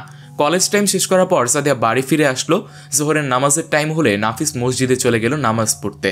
নাফিসা অবাক নয়নে নাফিসের দিকে চেয়ে রইল। সে যেন নিজের চোখকেই বিশ্বাস করতে পারছে না তার সামনে যা কিছু ঘটছে। সে নিজের মনে ভাবতে লাগলো, সত্যি আমি যদি হিমু হতাম তাহলে হয়তো মানুষটার ভালোবাসা পেতাম, কিন্তু আমি তো হিমু না, তাই মিছে হিমু সেজেও কোনো লাভ নেই। মিথ্যে বলে কেন মিছে মিছে পাপ জোগাড় করবো আমি? তাই যাই হোক, আল্লাহ যা করে ভালোর জন্যই করে। ওনারা তো জেনেই গিয়েছেন আমি হিমু নই, আর মিথ্যের মধ্যে কাউকে ডুবে থাকতেও হবে না। যা হলো ভালোই হলো। নাফিস জোহরের নামাজ আদায় করতে লাগলো মসজিদে, আর কিছুক্ষণের মধ্যেই বিচ্ছুর দল এসে চিল্লাচিল্লি শুরু করে দিয়েছে। কেউ কেউ তো নাফিসের পায়ে সুরসুরি পর্যন্ত দিয়ে যাচ্ছে। অনেক কষ্টে নাফিস নামাজ শেষ করলো আর মোনাজাতে বলল, হে আল্লাহ, এই বিচ্ছুগুলো তোমার ঘর মসজিদে এসেছে, এরা বড় হলে অনেক দিনদার বানিও। এরা আজ দুষ্টুমি করেছে, কিন্তু একসময় তো নামাজের মর্ম ঠিকই বুঝবে এরা। অন্তত এরা মসজিদ পর্যন্ত তো এসেছে, নিশ্চয়ই তুমি যা কিছু করো তাতে কল্যাণ নিহিত রয়েছে। আর আমার স্ত্রীর ভুল তুমি ভেঙে দিও। আমি জানি না সে কি কারণে আমাকে ভুল বুঝেছে। নিশ্চয়ই তুমি করুণাময় ও অসীম দয়ালু। তোমার প্রতিটি পরীক্ষায় যেন আমি উত্তীর্ণ হতে পারি। আমার বাবাকে তুমি জান্নাতুল ফেরদাউস দান করো। আমার পরিবারবর্গকে তুমি সুখী রেখো, দিনের পথে রেখো আমাকে ও আমার পরিবারকে। আমার সব পাপ তুমি ক্ষমা করে দিও, আমিন। নামাজ শেষে ইমাম সাহেব ছোট বাচ্চাগুলোকে যা নয় তাই কথা শোনালেন। মসজিদ থেকে বাইরে যেতে বললেন, আর বললেন তারা যেন আর মসজিদে না আসে। নাফিস তখন আর ধৈর্য ধরে রাখতে পারলো না। নাফিস বলা শুরু করলো, থামুন আপনারা, এই অবুঝ শিশুগুলোকে বকাবকি কেন করছেন? আপনারা জানেন না এরা আগামী দিনের ভবিষ্যৎ প্রজন্ম? এরা যদি মসজিদে আসা বন্ধ করে দেয় তাহলে নামাজ শিখবে কি করে এরা শিশু, এদের কেন এভাবে ধমক দেন? আল্লাহই তো এদের পাঠিয়েছে। আজ এরা হয়তো বা দুষ্টামি করছে, কিন্তু কাল ঠিকই দুষ্টামি করা বন্ধ করে দিয়ে সত্যের পথে আসবে ইনশাআল্লাহ। তাছাড়া ছোটদের কাজই তো দুষ্টামি করা, এদের সাথে এমন রূঢ় ব্যবহার কেন করছেন? আমাদের প্রিয় নবী হজরত মুহাম্মদ সাল্লাল্লাহু আলাইহি সাল্লাম একদিন সিজদা দীর্ঘ করেছিলেন। একজন সাহাবী তখন বললেন, হে আল্লাহর রাসূল, আপনি তো সিজদা এত দীর্ঘ করেন না, আপনার আজ কি এমন হলো? আপনার উপর কি কোনো ওহী নাজিল হচ্ছিল সিজদা অবস্থায়? তখন তিনি বললেন, না, কোনো ওহী নাজিল হয়নি। আমার নাতি আমার পিঠের উপর বসেছিল, আর সেজন্য আমি সিজদা দীর্ঘ করেছি। এটা ছিল আমাদের প্রিয় নবীর গুণাবলী। আমরা তো তারই উম্মত, আমাদের তাকে অনুসরণ করা উচিত। আর উম্মত হয়ে আমরা কেন তার আদর্শ বুকে ধারণ করে এগিয়ে যেতে পারবো না? বাচ্চাদের মসজিদে আসতে বাধা দিবেন না, কারণ তারাই ভবিষ্যতে এই মসজিদের দায়িত্ব কাঁধে তুলে নেবে। আর বাচ্চারা চিল্লাচিল্লি করবে, এটাই তো স্বাভাবিক, তাই না? আসুন আমরা প্রিয় নবী সাল্লাল্লাহু আলাইহি সাল্লামের সুন্নাহকে বুকে আঁকড়ে ধরি, তবেই আমাদের জীবন হবে সার্থক। আমরা খুঁজে পাবো ইমানের প্রকৃত স্বাদ। নাফিসের কথা শুনে ইমাম সাহেব বললেন, বাবা, তুমি আজ আমাদের চোখ খুলে দিলা। আমি তোমার একটা অনুরোধ করব, রাখবো বাবা? হ্যাঁ বলুন। আমি তোমাকে এই মসজিদের ইমামতির দায়িত্ব দিতে চাই। আমি বুঝেছি আমি এটার যোগ্য না, তাই আমি এই দায়িত্ব নিতেও চাই না। এতদিন শুধু টাকার লোভে ইমামতি করেছি আমি, আমায় আল্লাহ মাফ করে দেখ। ইমাম সাহেবের কথা শুনে নাফিস কিছু একটা বলতে যাবে, ঠিক সে সময় তিনি তাকে থামিয়ে বললেন, আমি কোনো কথা শুনতে চাই না, তুমি না কইরো না বাবা। আচ্ছা ঠিক আছে চাচা, ইনশাআল্লাহ আপনার কথা রাখার চেষ্টা করব আমি। আজ আসি, আসসালামু আলাইকুম। ওয়ালাইকুম আসসালাম। নাফিস জোহরের সালাত আদায় করে বাড়িতে চলে গেল। খাওয়ার টেবিলে নাফিস বলল, রান্না খেয়ে সে প্রশংসা না করে আর থাকতেই পারল না। সে বলেই ফেলল, আমার হিমুও ঠিক এমনভাবেই রান্না করতো। তখন নাফিসা মনে মনে ভাবল, ইস, আমি যদি হিমু হতাম তাহলে নিশ্চয়ই এত কষ্ট আমাকে পেতে হতো না, কারণ হিমুকে উনি অনেক ভালোবাসেন, কিন্তু নাফিসাকে নয়। এসব ভাবতে ভাবতেই নাফিসা সবাইকে খাবার পরিবেশন করলো। নাফিসও ঘরে গেল একটু বিশ্রাম নেওয়ার জন্য, বিছানায় শুয়ে পড়ল। কিন্তু সে সময় যা খবর আসে তা শুনে নাফিস পড়ল, ইন্না লিল্লাহ। ইন্না লিল্লাহ পড়ার সাথে সাথেই নাফিস আর বিছানা ছেড়ে উঠতে পারছে না। নীরবে চোখের পানি ঝরায় নাফিস, গায়ে শক্তিও পায় না আর। সে জানে না তাই জীবনের মোড় এবার কোন দিকে যাচ্ছে। হিমু, হিমু, তোমার কি হলো? হিমু, তুমি কথা বলছো না কেন? তুমি আবারও চলে গেলে আমায় ছেড়ে। তুমি নাফিসা নাও আমার বিশ্বাস, কিন্তু তুমি যেই হও না কেন, তুমি এভাবে ধূমকেতুর মতো এসে কেন চলে গেলে? ও হিমু, তুমি কি সত্যি আর কথা বলবে না? এভাবে আমাকে একা ছেড়ে কেন চলে গেলে তুমি? চলে যদি যেতে তাহলে আবার ফিরে কেন এসেছিলে?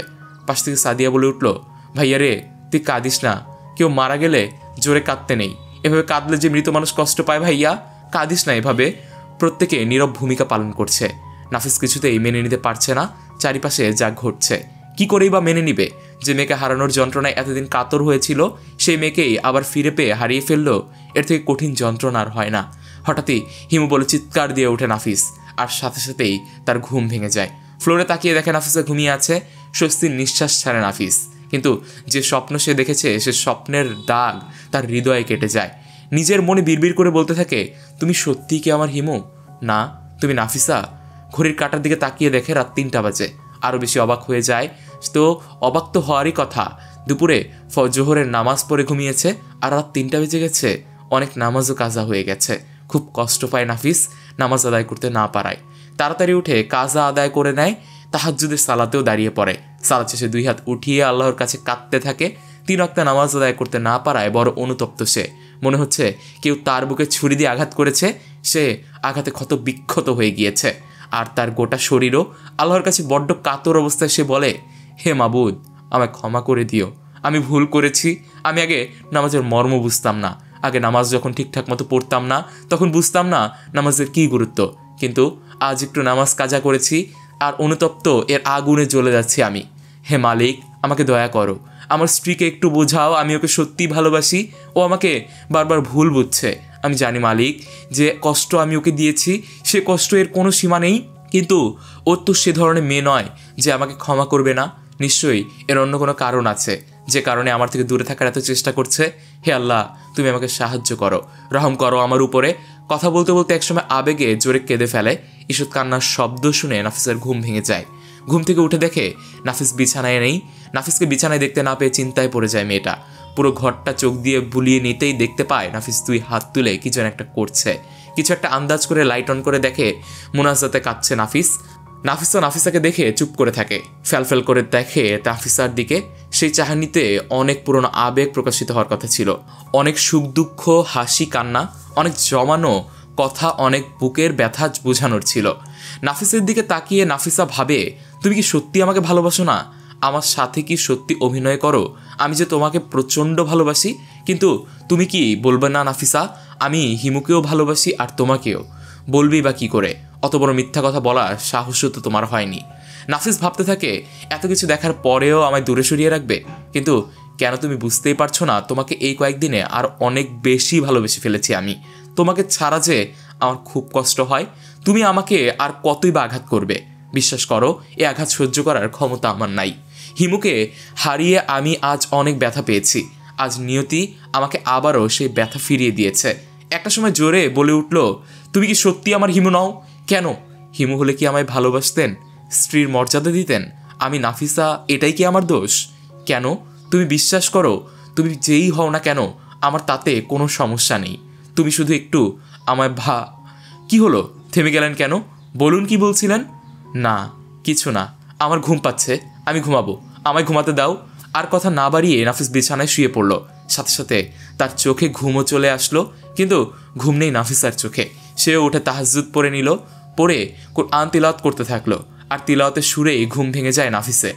ঘুম থেকে উঠে দেখে মসজিদে ফজরের আজান হচ্ছে। মনের আগিনায় ইমাম সাহেবের বলা কথাগুলো ভাসতে লাগলো। ইমাম সাহেব যে তাকে বলেছিল মসজিদে ইমামতি করতে হবে, এবার থেকে যে দায়িত্ব তার ঘাড়েই। তড়িঘড়ি করে উঠে আবদুল্লাহকে ডেকে নিয়ে মসজিদে চলে গেল নাফিস। নাফিসের কি মনে হলো, ফজরের সালাত আদায় করে সিঁড়ি বেয়ে নিচে আসলো। কিন্তু হঠাৎই নাফিসা সিঁড়ি দিয়ে গড়তে গড়তে নিচে পড়ে যায়। এদিকে নাফিস মসজিদে গিয়ে দেখে অন্যদিনের চেয়ে মসজিদে আজ বেশি বেশি ছোট ছেলেমেয়েরা এসেছে। সে তো এত ছেলেমেয়ে দেখে অবাক হয়ে যায়। ফজরের নামাজ পড়ে নাফিস সব ছেলেমেয়েদের হাতে কিছু টাকা দেয়। তখন এক ছেলেকে জিজ্ঞেস করে, আচ্ছা বাবু সোনা, আজ মসজিদে এত লোকজন কেন? তখন এক বিচ্ছু এসে বলে, হুজুর, আজকে দুপুরে মসজিদে মিলাদ পড়ানো হবে, তাই আমরা এসেছি। চেয়ারম্যানের ছেলে মারা গিয়েছিল, তাই তার আজ দোয়া অনুষ্ঠান। খিচুড়ি দিবে চেয়ারম্যান, বুঝলেন? তাই আমরা এখন থেকে এই মসজিদে আসা শুরু করে দিয়েছি। এ কথা শুনে নাফিস কি বলবে ভেবে পায় না। অনেক চিন্তার ভাবনার পরে বলল, খিচুড়ির জন্য তোমরা মসজিদে এসেছো? আচ্ছা, তোমরা কি জানো প্রতিদিন মসজিদে আসলে তোমরা আরও ভালো কিছু পাবে, আরও ভালো কিছু খেতে পারবে? এক পিচ্চি তখন বলল, সত্যি হুজুর? কে খেতে দিবে? আল্লাহ দিবে। নাফিসের কথা শুনে এবার পুরো পিচ্চির দল মুহূর্তের মধ্যেই সব চুপচাপ হয়ে গেল। তখন নাফিস আবারও বলতে লাগলো, হ্যাঁ, অনেক অনেক খাবার পাবে। যদি নিয়মিত নামাজ পড়ো, ভালো কাজ করো, তাহলে তো তোমরা জান্নাতেও যাবে। আর জান্নাতে গেলে অনেক অনেক খাবার তোমরা খেতে পারবে। তখন তোমাদের যা যা খেতে মনে চাইবে তাই সব কিছু পাবে তোমরা। নাফিসের কথা শুনে আবদুল্লাহ তখন বলল, আল্লাহু আকবার। আর সাথে সাথেই বাকিরাও বলল, আল্লাহু আকবার। কিন্তু তারা তো জানে না তা কেন বলল। নাফিস শুধু তাকিয়ে দেখছিল সুন্দর দৃশ্যটা। আর নাফিস উপস্থিত জনতাকে উদ্দেশ্য করে বলল, বর্তমানে মানুষকে অন্নদান করার নামে যে প্রথা চালু হয়েছে, আপনারা কি জানেন ইসলামে এই প্রথার কোনো ঠাঁই নেই? দোয়া অনুষ্ঠানের নামে এসব বিদাতি কাজ বন্ধ করুন, না হলে ইসলাম মানা হবে না। যখন কোথাও মিলাদ হয় তখন মৃত ব্যক্তির জন্য কয়জন দোয়া করে আমি জানি না, কিন্তু খাওয়ার পরে গীবত ঠিকই করে যায়। আচ্ছা, যদি খেতে গিয়ে গীবতই করে তাহলে সেই ব্যক্তি দোয়া পেল কোথায়? দোয়া অনুষ্ঠান করতে গিয়ে কোনো মৃত ব্যক্তিকে কষ্ট দেয়া কেন হয় বলতে পারেন? মিলাদের যদি কোনো উপকার থাকতো তবে অবশ্যই রাসূলুল্লাহ সাল্লাল্লাহু আলাইহি সাল্লাম তার উম্মতকে স্পষ্টভাবে তা পালন করে যেতে বলতেন। কারণ দুনিয়া আখিরাতে এমন কোনো কল্যাণকর দিক নেই যে যা তিনি তার উম্মতকে বলে দেননি, কিংবা এমন কোনো ক্ষতিকর দিক নেই যে যার ব্যাপারে তিনি তাকে সাবধান করেননি। বরং তিনি দিনের ভিতর নতুন নতুন বিদআত তৈরি করার ব্যাপারে কঠিনভাবে সতর্ক করে গিয়েছেন। তিনি বলেন, দিনের মধ্যে নতুন সৃষ্ট বিষয়াদি থেকে সাবধান, কারণ প্রতিটি নতুন আবিষ্কৃত বিষয়ই গোমরাহি। মুস্তাদরাক কিতাবুল ইলম, আলবানী রাদিয়াল্লাহু তাআলা আনহু হাদিসটিকে সহিহ বলেছেন। সিলসিলা সাহিহা সহি হাদিস সিরিজ, হাদিস নং 2735। তিনি বিভিন্ন সময় বক্তৃতা দেওয়ার শুরুতে বলতেন, অতঃপর সর্বোত্তম বাণী হলো আল্লাহর কিতাব, আর সর্বোত্তম নির্দেশনা হচ্ছে হযরত মুহাম্মদ সাল্লাল্লাহু আলাইহি সাল্লামের নির্দেশনা। এর চেয়ে নিকৃষ্ট জিনিস হলো দিনের মধ্যে নতুন আবিষ্কৃত বিষয়াদি, আর প্রতিটি নতুন বিষয়ই ভ্রষ্টতা। সহিহ মুসলিম। অনুচ্ছেদ নামাজ এবং খুতবা সংক্ষিপ্ত করা। নাফিসের কথা শেষ করে নাফিস বাড়িতে ফিরে আসে। নাফিস বাড়ি ফিরে সব ঘটনা জানতে পেয়ে হতাশ হয়ে গেল। নাফিসাকে হাসপাতালে নেওয়া হলো। বড় কঠিন অবস্থা তার। ডাক্তার এসে বলল, উনি সিঁড়ি থেকে পড়ার আগে স্ট্রোক করেছেন। আমি জানি না উনি বাঁচবে কিনা, আর বাঁচলেও প্যারালাইজড হয়ে যাওয়ার সম্ভাবনা থাকতে পারে। নাফিস কাঁদতে থাকে আর ভাবতে থাকে, হে আল্লাহ, মেয়েটার কি এই অবস্থা হলো? তবে কি আর পাবো না তাকে? ওকে কি সত্যি এবার হারিয়ে ফেলবো? তবে কি আমার স্বপ্নে সত্যি হয়ে যাবে? না না না, এসব নেগেটিভ কথা কেন ভাবছি আমি? এই বলে ছোট বাচ্চাদের মতো কাঁদতে থাকে নাফিস। সাদিয়া আস্তে করে গিয়ে নাফিসের পাশে বসলো আর তাকে বলল, ভাইয়া কাঁদিস না ভাইয়া, বিপদে হতাশ হতে নেই। বিপদে সর্বদা আল্লাহকে স্মরণ করতে হয়। তুই কি জানিস না বিপদ আল্লাহর পক্ষ থেকে আসে? আল্লাহ সর্বদা মানুষকে পরীক্ষা করেন। তিনি বলেছেন, নিশ্চয়ই কষ্টের পরে স্বস্তি আছে। আল কুরআন। হ্যাঁ রে ভাইয়া, আমাদের জন্য আজ বড় কঠিন পরীক্ষা। এ পরীক্ষায় উত্তীর্ণ যে তোকে হতেই হবে। কেউ এই দুনিয়ায় অনন্তকালের জন্য আসেনি। সবাইকে বিদায় নিতে হবে এই ক্ষণস্থায়ী পৃথিবী থেকে। সারা জীবনের জন্য তো জান্নাত পড়েই আছে। নিজেকে তৈরি কর জান্নাতের জন্য।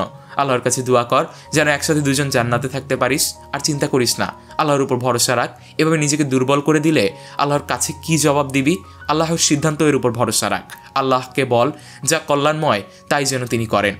আবদুল্লাহ সালাতে দাঁড়িয়ে পড়ে, আল্লাহর কাছে কান্নাকাটি করে দোয়া করতে শুরু করে, আর পরিবারের জন্য সবাই তার দোয়া করতে থাকে। নাফিস বলে, দেখো নাফিসা, আজ তোমার জন্য আমার স্বপ্ন সার্থক। আজ যখন নিজের স্বপ্ন সার্থক, ঠিক তখনই কঠিন বিপদের মধ্যে তুমি। তোমার জন্য আজ সবাই কাঁদছে, তোমার সাথে আজ সবাই আছে। শুধু পার্থক্য একটাই, তুমি আমাদের সাথে নাই। আমি আবারও একা হয়ে গিয়েছি নাফিসা, আবারও একা হয়ে গেলাম। আমি সত্যি জানি না তোমাকে আর ফিরে পাবো কি না, ফিরে পেলেও সুস্থ দেখতে পারবো কি না। আল্লাহর কাছে দোয়া করি তিনি যেন আমাদের জান্নাত দেন, আমরা যেন সেখানে মিলিত হতে পারি। হাসপাতালে কেটে গেল একটা দিন। নাফিসার অবস্থা আরও খারাপ হতে শুরু করলো। বাঁচার সম্ভাবনা আরও কমতে লাগলো। নাফিসার মা বাবাকে সংবাদ দেওয়া হলো। তারাও হাসপাতালে আসলো নাফিসাকে দেখতে। নাফিসার জ্ঞান এখনও ফেরেনি। সে অচেতন অবস্থায় এখনও সে পড়ে আছে। নাফিস আর নাফিসার বাবা মা মুখোমুখি হলে নাফিস তাদের জিজ্ঞেস করে, আপনারা কি নাফিসার আসল বাবা মা? নাফিসের মুখে এমন প্রশ্ন শুনে হতভম্ব হয়ে যায় নাফিসার বাবা মা। তারা বলতে শুরু করে, বাবা এ তোমার কেমন প্রশ্ন? আমরা ওর আসল বাবা মাই তো, এতে সন্দেহের কি আছে? না, আসলে ও আমার আগের স্ত্রী হুমায়ের মতো দেখতে, এবং এই জন্যই আপনাদেরকে জিজ্ঞাসা করলাম। হুমায়রার কথা শুনে চমকে ওঠে তারা, কারণ নাফিসার নামই যে হুমায়রা। এবার সন্দেহ তাদের মনেও বাড়তে থাকে। তখন তারা বলল, আমাদের মেয়ের নামও তো হুমায়রা। ঘোরতর সন্দেহের মধ্যে এবার নাফিসার দুই পরিবার সবাই অপেক্ষা করছে আসল রহস্য জানার জন্য। আসলে এবার কি হতে চলছে? নাফিস প্রশ্ন করে বসলো, তাহলে আপনাদের মেয়ের নাম নাফিসা হয় কি করে? আসলে ওর সামনে হিমু নাম বললেই ও রিয়েক্ট করে কেন? দুই পরিবারের কথোপকথনের মাঝেই ডাক্তার এসে উপস্থিত হয়। ডাক্তার সাহেব বললেন, নাফিসার অবস্থা আরও খারাপ। আমরা জানি না আদৌ ওনার জ্ঞান ফিরবে কিনা, বাকিটা আল্লাহ ভরসা। উনি সিঁড়ি থেকে পড়ে গিয়েছিলেন কারণ উনি তার আগে স্ট্রোক করেছেন। আমরা যা বুঝলাম তা হলো তার মাঝখানে কিছু বছরের স্মৃতি ওনার মনে নেই, যার জন্য বারবার উনি পেরেশান হন, আর ওনার মাথায় এমন সব দুশ্চিন্তা থেকেই উনি স্ট্রোক করেন। নিশ্চয়ই উনি ওই সময় সিঁড়ি দিয়ে নামছিলেন, ঠিক সেই সময় স্ট্রোক করেন এবং সাথে সাথেই সিঁড়ি থেকে পড়ে মারাত্মক আহত হন উনি। আক্তারের কথা শুনে সবাই চুপচাপ হয়ে গেল, আর কারোর মুখে কোনো কথা নেই।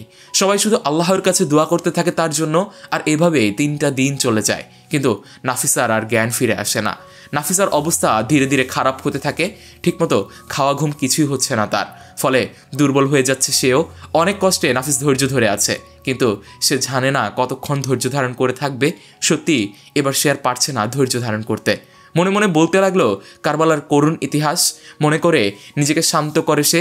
আর সে বলতে থাকে প্রিয় নবীর কথা, যিনি কত কঠিন পরীক্ষার মধ্যে দিয়ে গিয়েছেন, অল্প বয়সে নিজের বাবা মাকে হারিয়েছেন নিজের প্রিয়তমা স্ত্রী খাদিজাকে, হারিয়েছেন নিজের সন্তানদের। এসব কথা ভেবে নাফিস নিজেকে সান্ত্বনা দেয়, আর সে ভাবতে থাকে পৃথিবীর শ্রেষ্ঠ মানব কিনা এত কষ্ট সহ্য করেছে, আর আমি তো সেই নবীর উম্মত। তাহলে সেই নবীর উম্মত হয়ে সামান্য কষ্ট কেন আমি সইতে পারবো না? এই জীবনই তো শেষ নয়, আরও এক জীবন রয়েছে, যে জীবন অনন্তকালের। সেই জীবনের জন্য পাথেয় সংগ্রহ করতে হবে আমাদেরকে।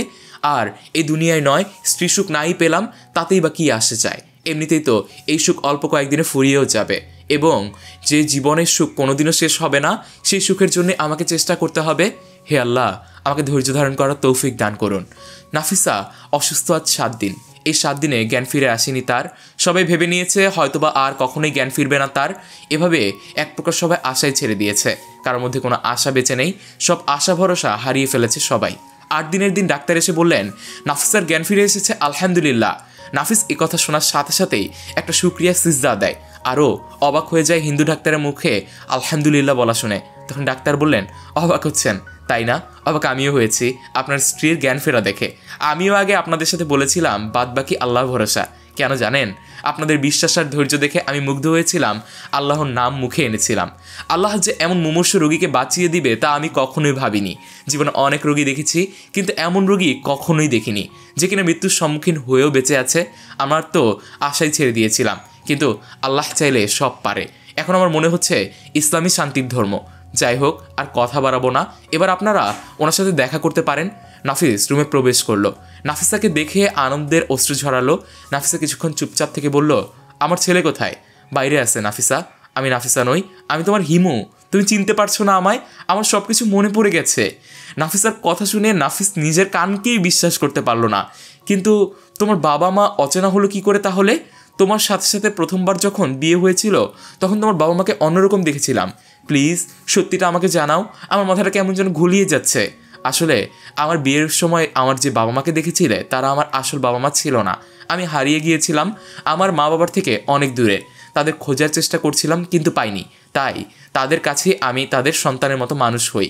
একটা সময় আমার তোমার সাথে বিয়ে হয়ে যায়, তারপর একটা সময় খাত থেকে নিচে পড়ে যাই, জ্ঞান হারিয়ে ফেলি, আর সেই সময় আমার আসল বাবা মা আমাকে খুঁজে পায়। আর তারপরে মাঝখানে কিছু বছরের স্মৃতি আমি হারিয়ে ফেলি। আমার বাবা মাকে আমি চিনতে পারি, কিন্তু বিয়ের সময়কার এবং আমি যে হারিয়ে যাই সেসব স্মৃতি আমি হারিয়ে ফেলি। আমার বাবা মা, আমার প্রতিবেশীরা যখন আমাকে হুমায়রা বলে ডাক দিত তখন আমি রিয়াক্টই করতাম না, কিন্তু যেই আমাকে হিমু বলে ডাক দিত আমার মাথায় যন্ত্রণা শুরু হয়ে যেত। কারণ তুমি আমাকে হিমু বলে ডাকতে, সেজন্য আমি ওই নাম সহ্য করতে পারতাম না। বাধ্য হয়ে আমার বাবা মা আমার নাম রাখে নাফিসা। আমাকে নতুন করে কলেজে ভর্তি করিয়ে দেয়, কারণ কলেজে পড়তে পড়তেই আমি হারিয়ে যাই। কলেজ সার্টিফিকেটে আমার নাম হুমায়রাই থেকে যায়। মাঝে মাঝে বান্ধবীরাও আমাকে হিমু বলে সম্বোধন করলে আমি সহ্য করতে পারতাম না, যা সবার কাছে একটা রহস্য ছিল। আমার কাছেও ছিল এটি একটি রহস্যের মতো, কিন্তু আজ সব রহস্য ভেদ হয়েছে। আমি কলেজে গেলে একদিনই বান্ধবীর সাথে আমার পরিচয় হয়, আর আস্তে আস্তে আমি দিন শিখি, পর্দা শিখি, নিজেকে আস্তে আস্তে বদলে ফেলতে শুরু করি। কিন্তু এখন একটা রহস্য ভেদ করা বাকি রয়ে গেছে। নাফিস বলল, কি তুমি পরকীয়ায় লিপ্ত কি করে? এই কথা বলে নাফিসা বিছানা থেকে উঠে গিয়ে বেলকনিতে দাঁড়ায়। নাফিসও পিছন পিছন ছোটে। নাফিসার পিঠে হাত দেয় নাফিস, বলে, হিমু তুমি এই অসুস্থ অবস্থায় উঠে আসলে কেন? নাফিসার মুখে আর কোনো কথা নেই। নাফিসার অভিমান ভাঙানোর চেষ্টা করে, কিন্তু নাফিসার অভিমান কিছুতেই ভাঙে না। আর তার মধ্যেই নাফিসার পুরো পরিবার চলে আসে।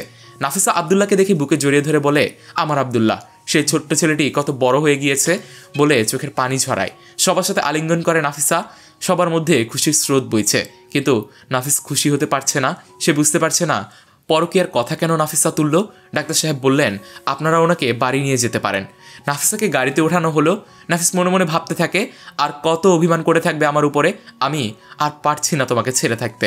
বাড়িতে পৌঁছে গেলে নাফিসাকে ঘরে নিয়ে যাওয়া হলো। নাফিসা ঘরে বসে আছে। নাফিসাও ঘরে প্রবেশ করলো আর বলল, তুমি যে ফোনের SMS দেখে আমাকে ভুল বুঝছো, ওটা আমার আইডিই ছিল না, ওটা ছিল সাদিয়ার আইডি। নাফিস সাদিয়ার আইডিতে গিয়ে নাফিসাকে দেখায় আর তারপর নাফিসার ভুল ভেঙে যায়। এবার নাফিসাকে বলে, আমাকে এখনো দূরে সরিয়ে রাখবে হিমু? না, আমি যে তোমাকে অনেক ভালোবাসি। কথাটি বলার সাথে সাথেই নাফিসা লজ্জা পেয়ে যায়। আর তার মধ্যেই সাদিয়া চলে আসে তার ঘরে আর বলে, আমার কথা মনে আছে তো ভাবিজি? কথাটি বলেই সাদিয়া লজ্জা পায়। আর তারপর সাদিয়ার সাথে সাদিকের বিয়েও হয়ে যায়। আর এখন সাদিয়া আর সাদিক বাসর ঘরে। সাদিয়া সাদিককে বলে, আজ থেকে আমরা আল্লাহর জন্যই একে অপরকে ভালোবাসবো। আসসালামু আলাইকুম ওয়া রাহমাতুল্লাহি ওয়া বারাকাতুহু।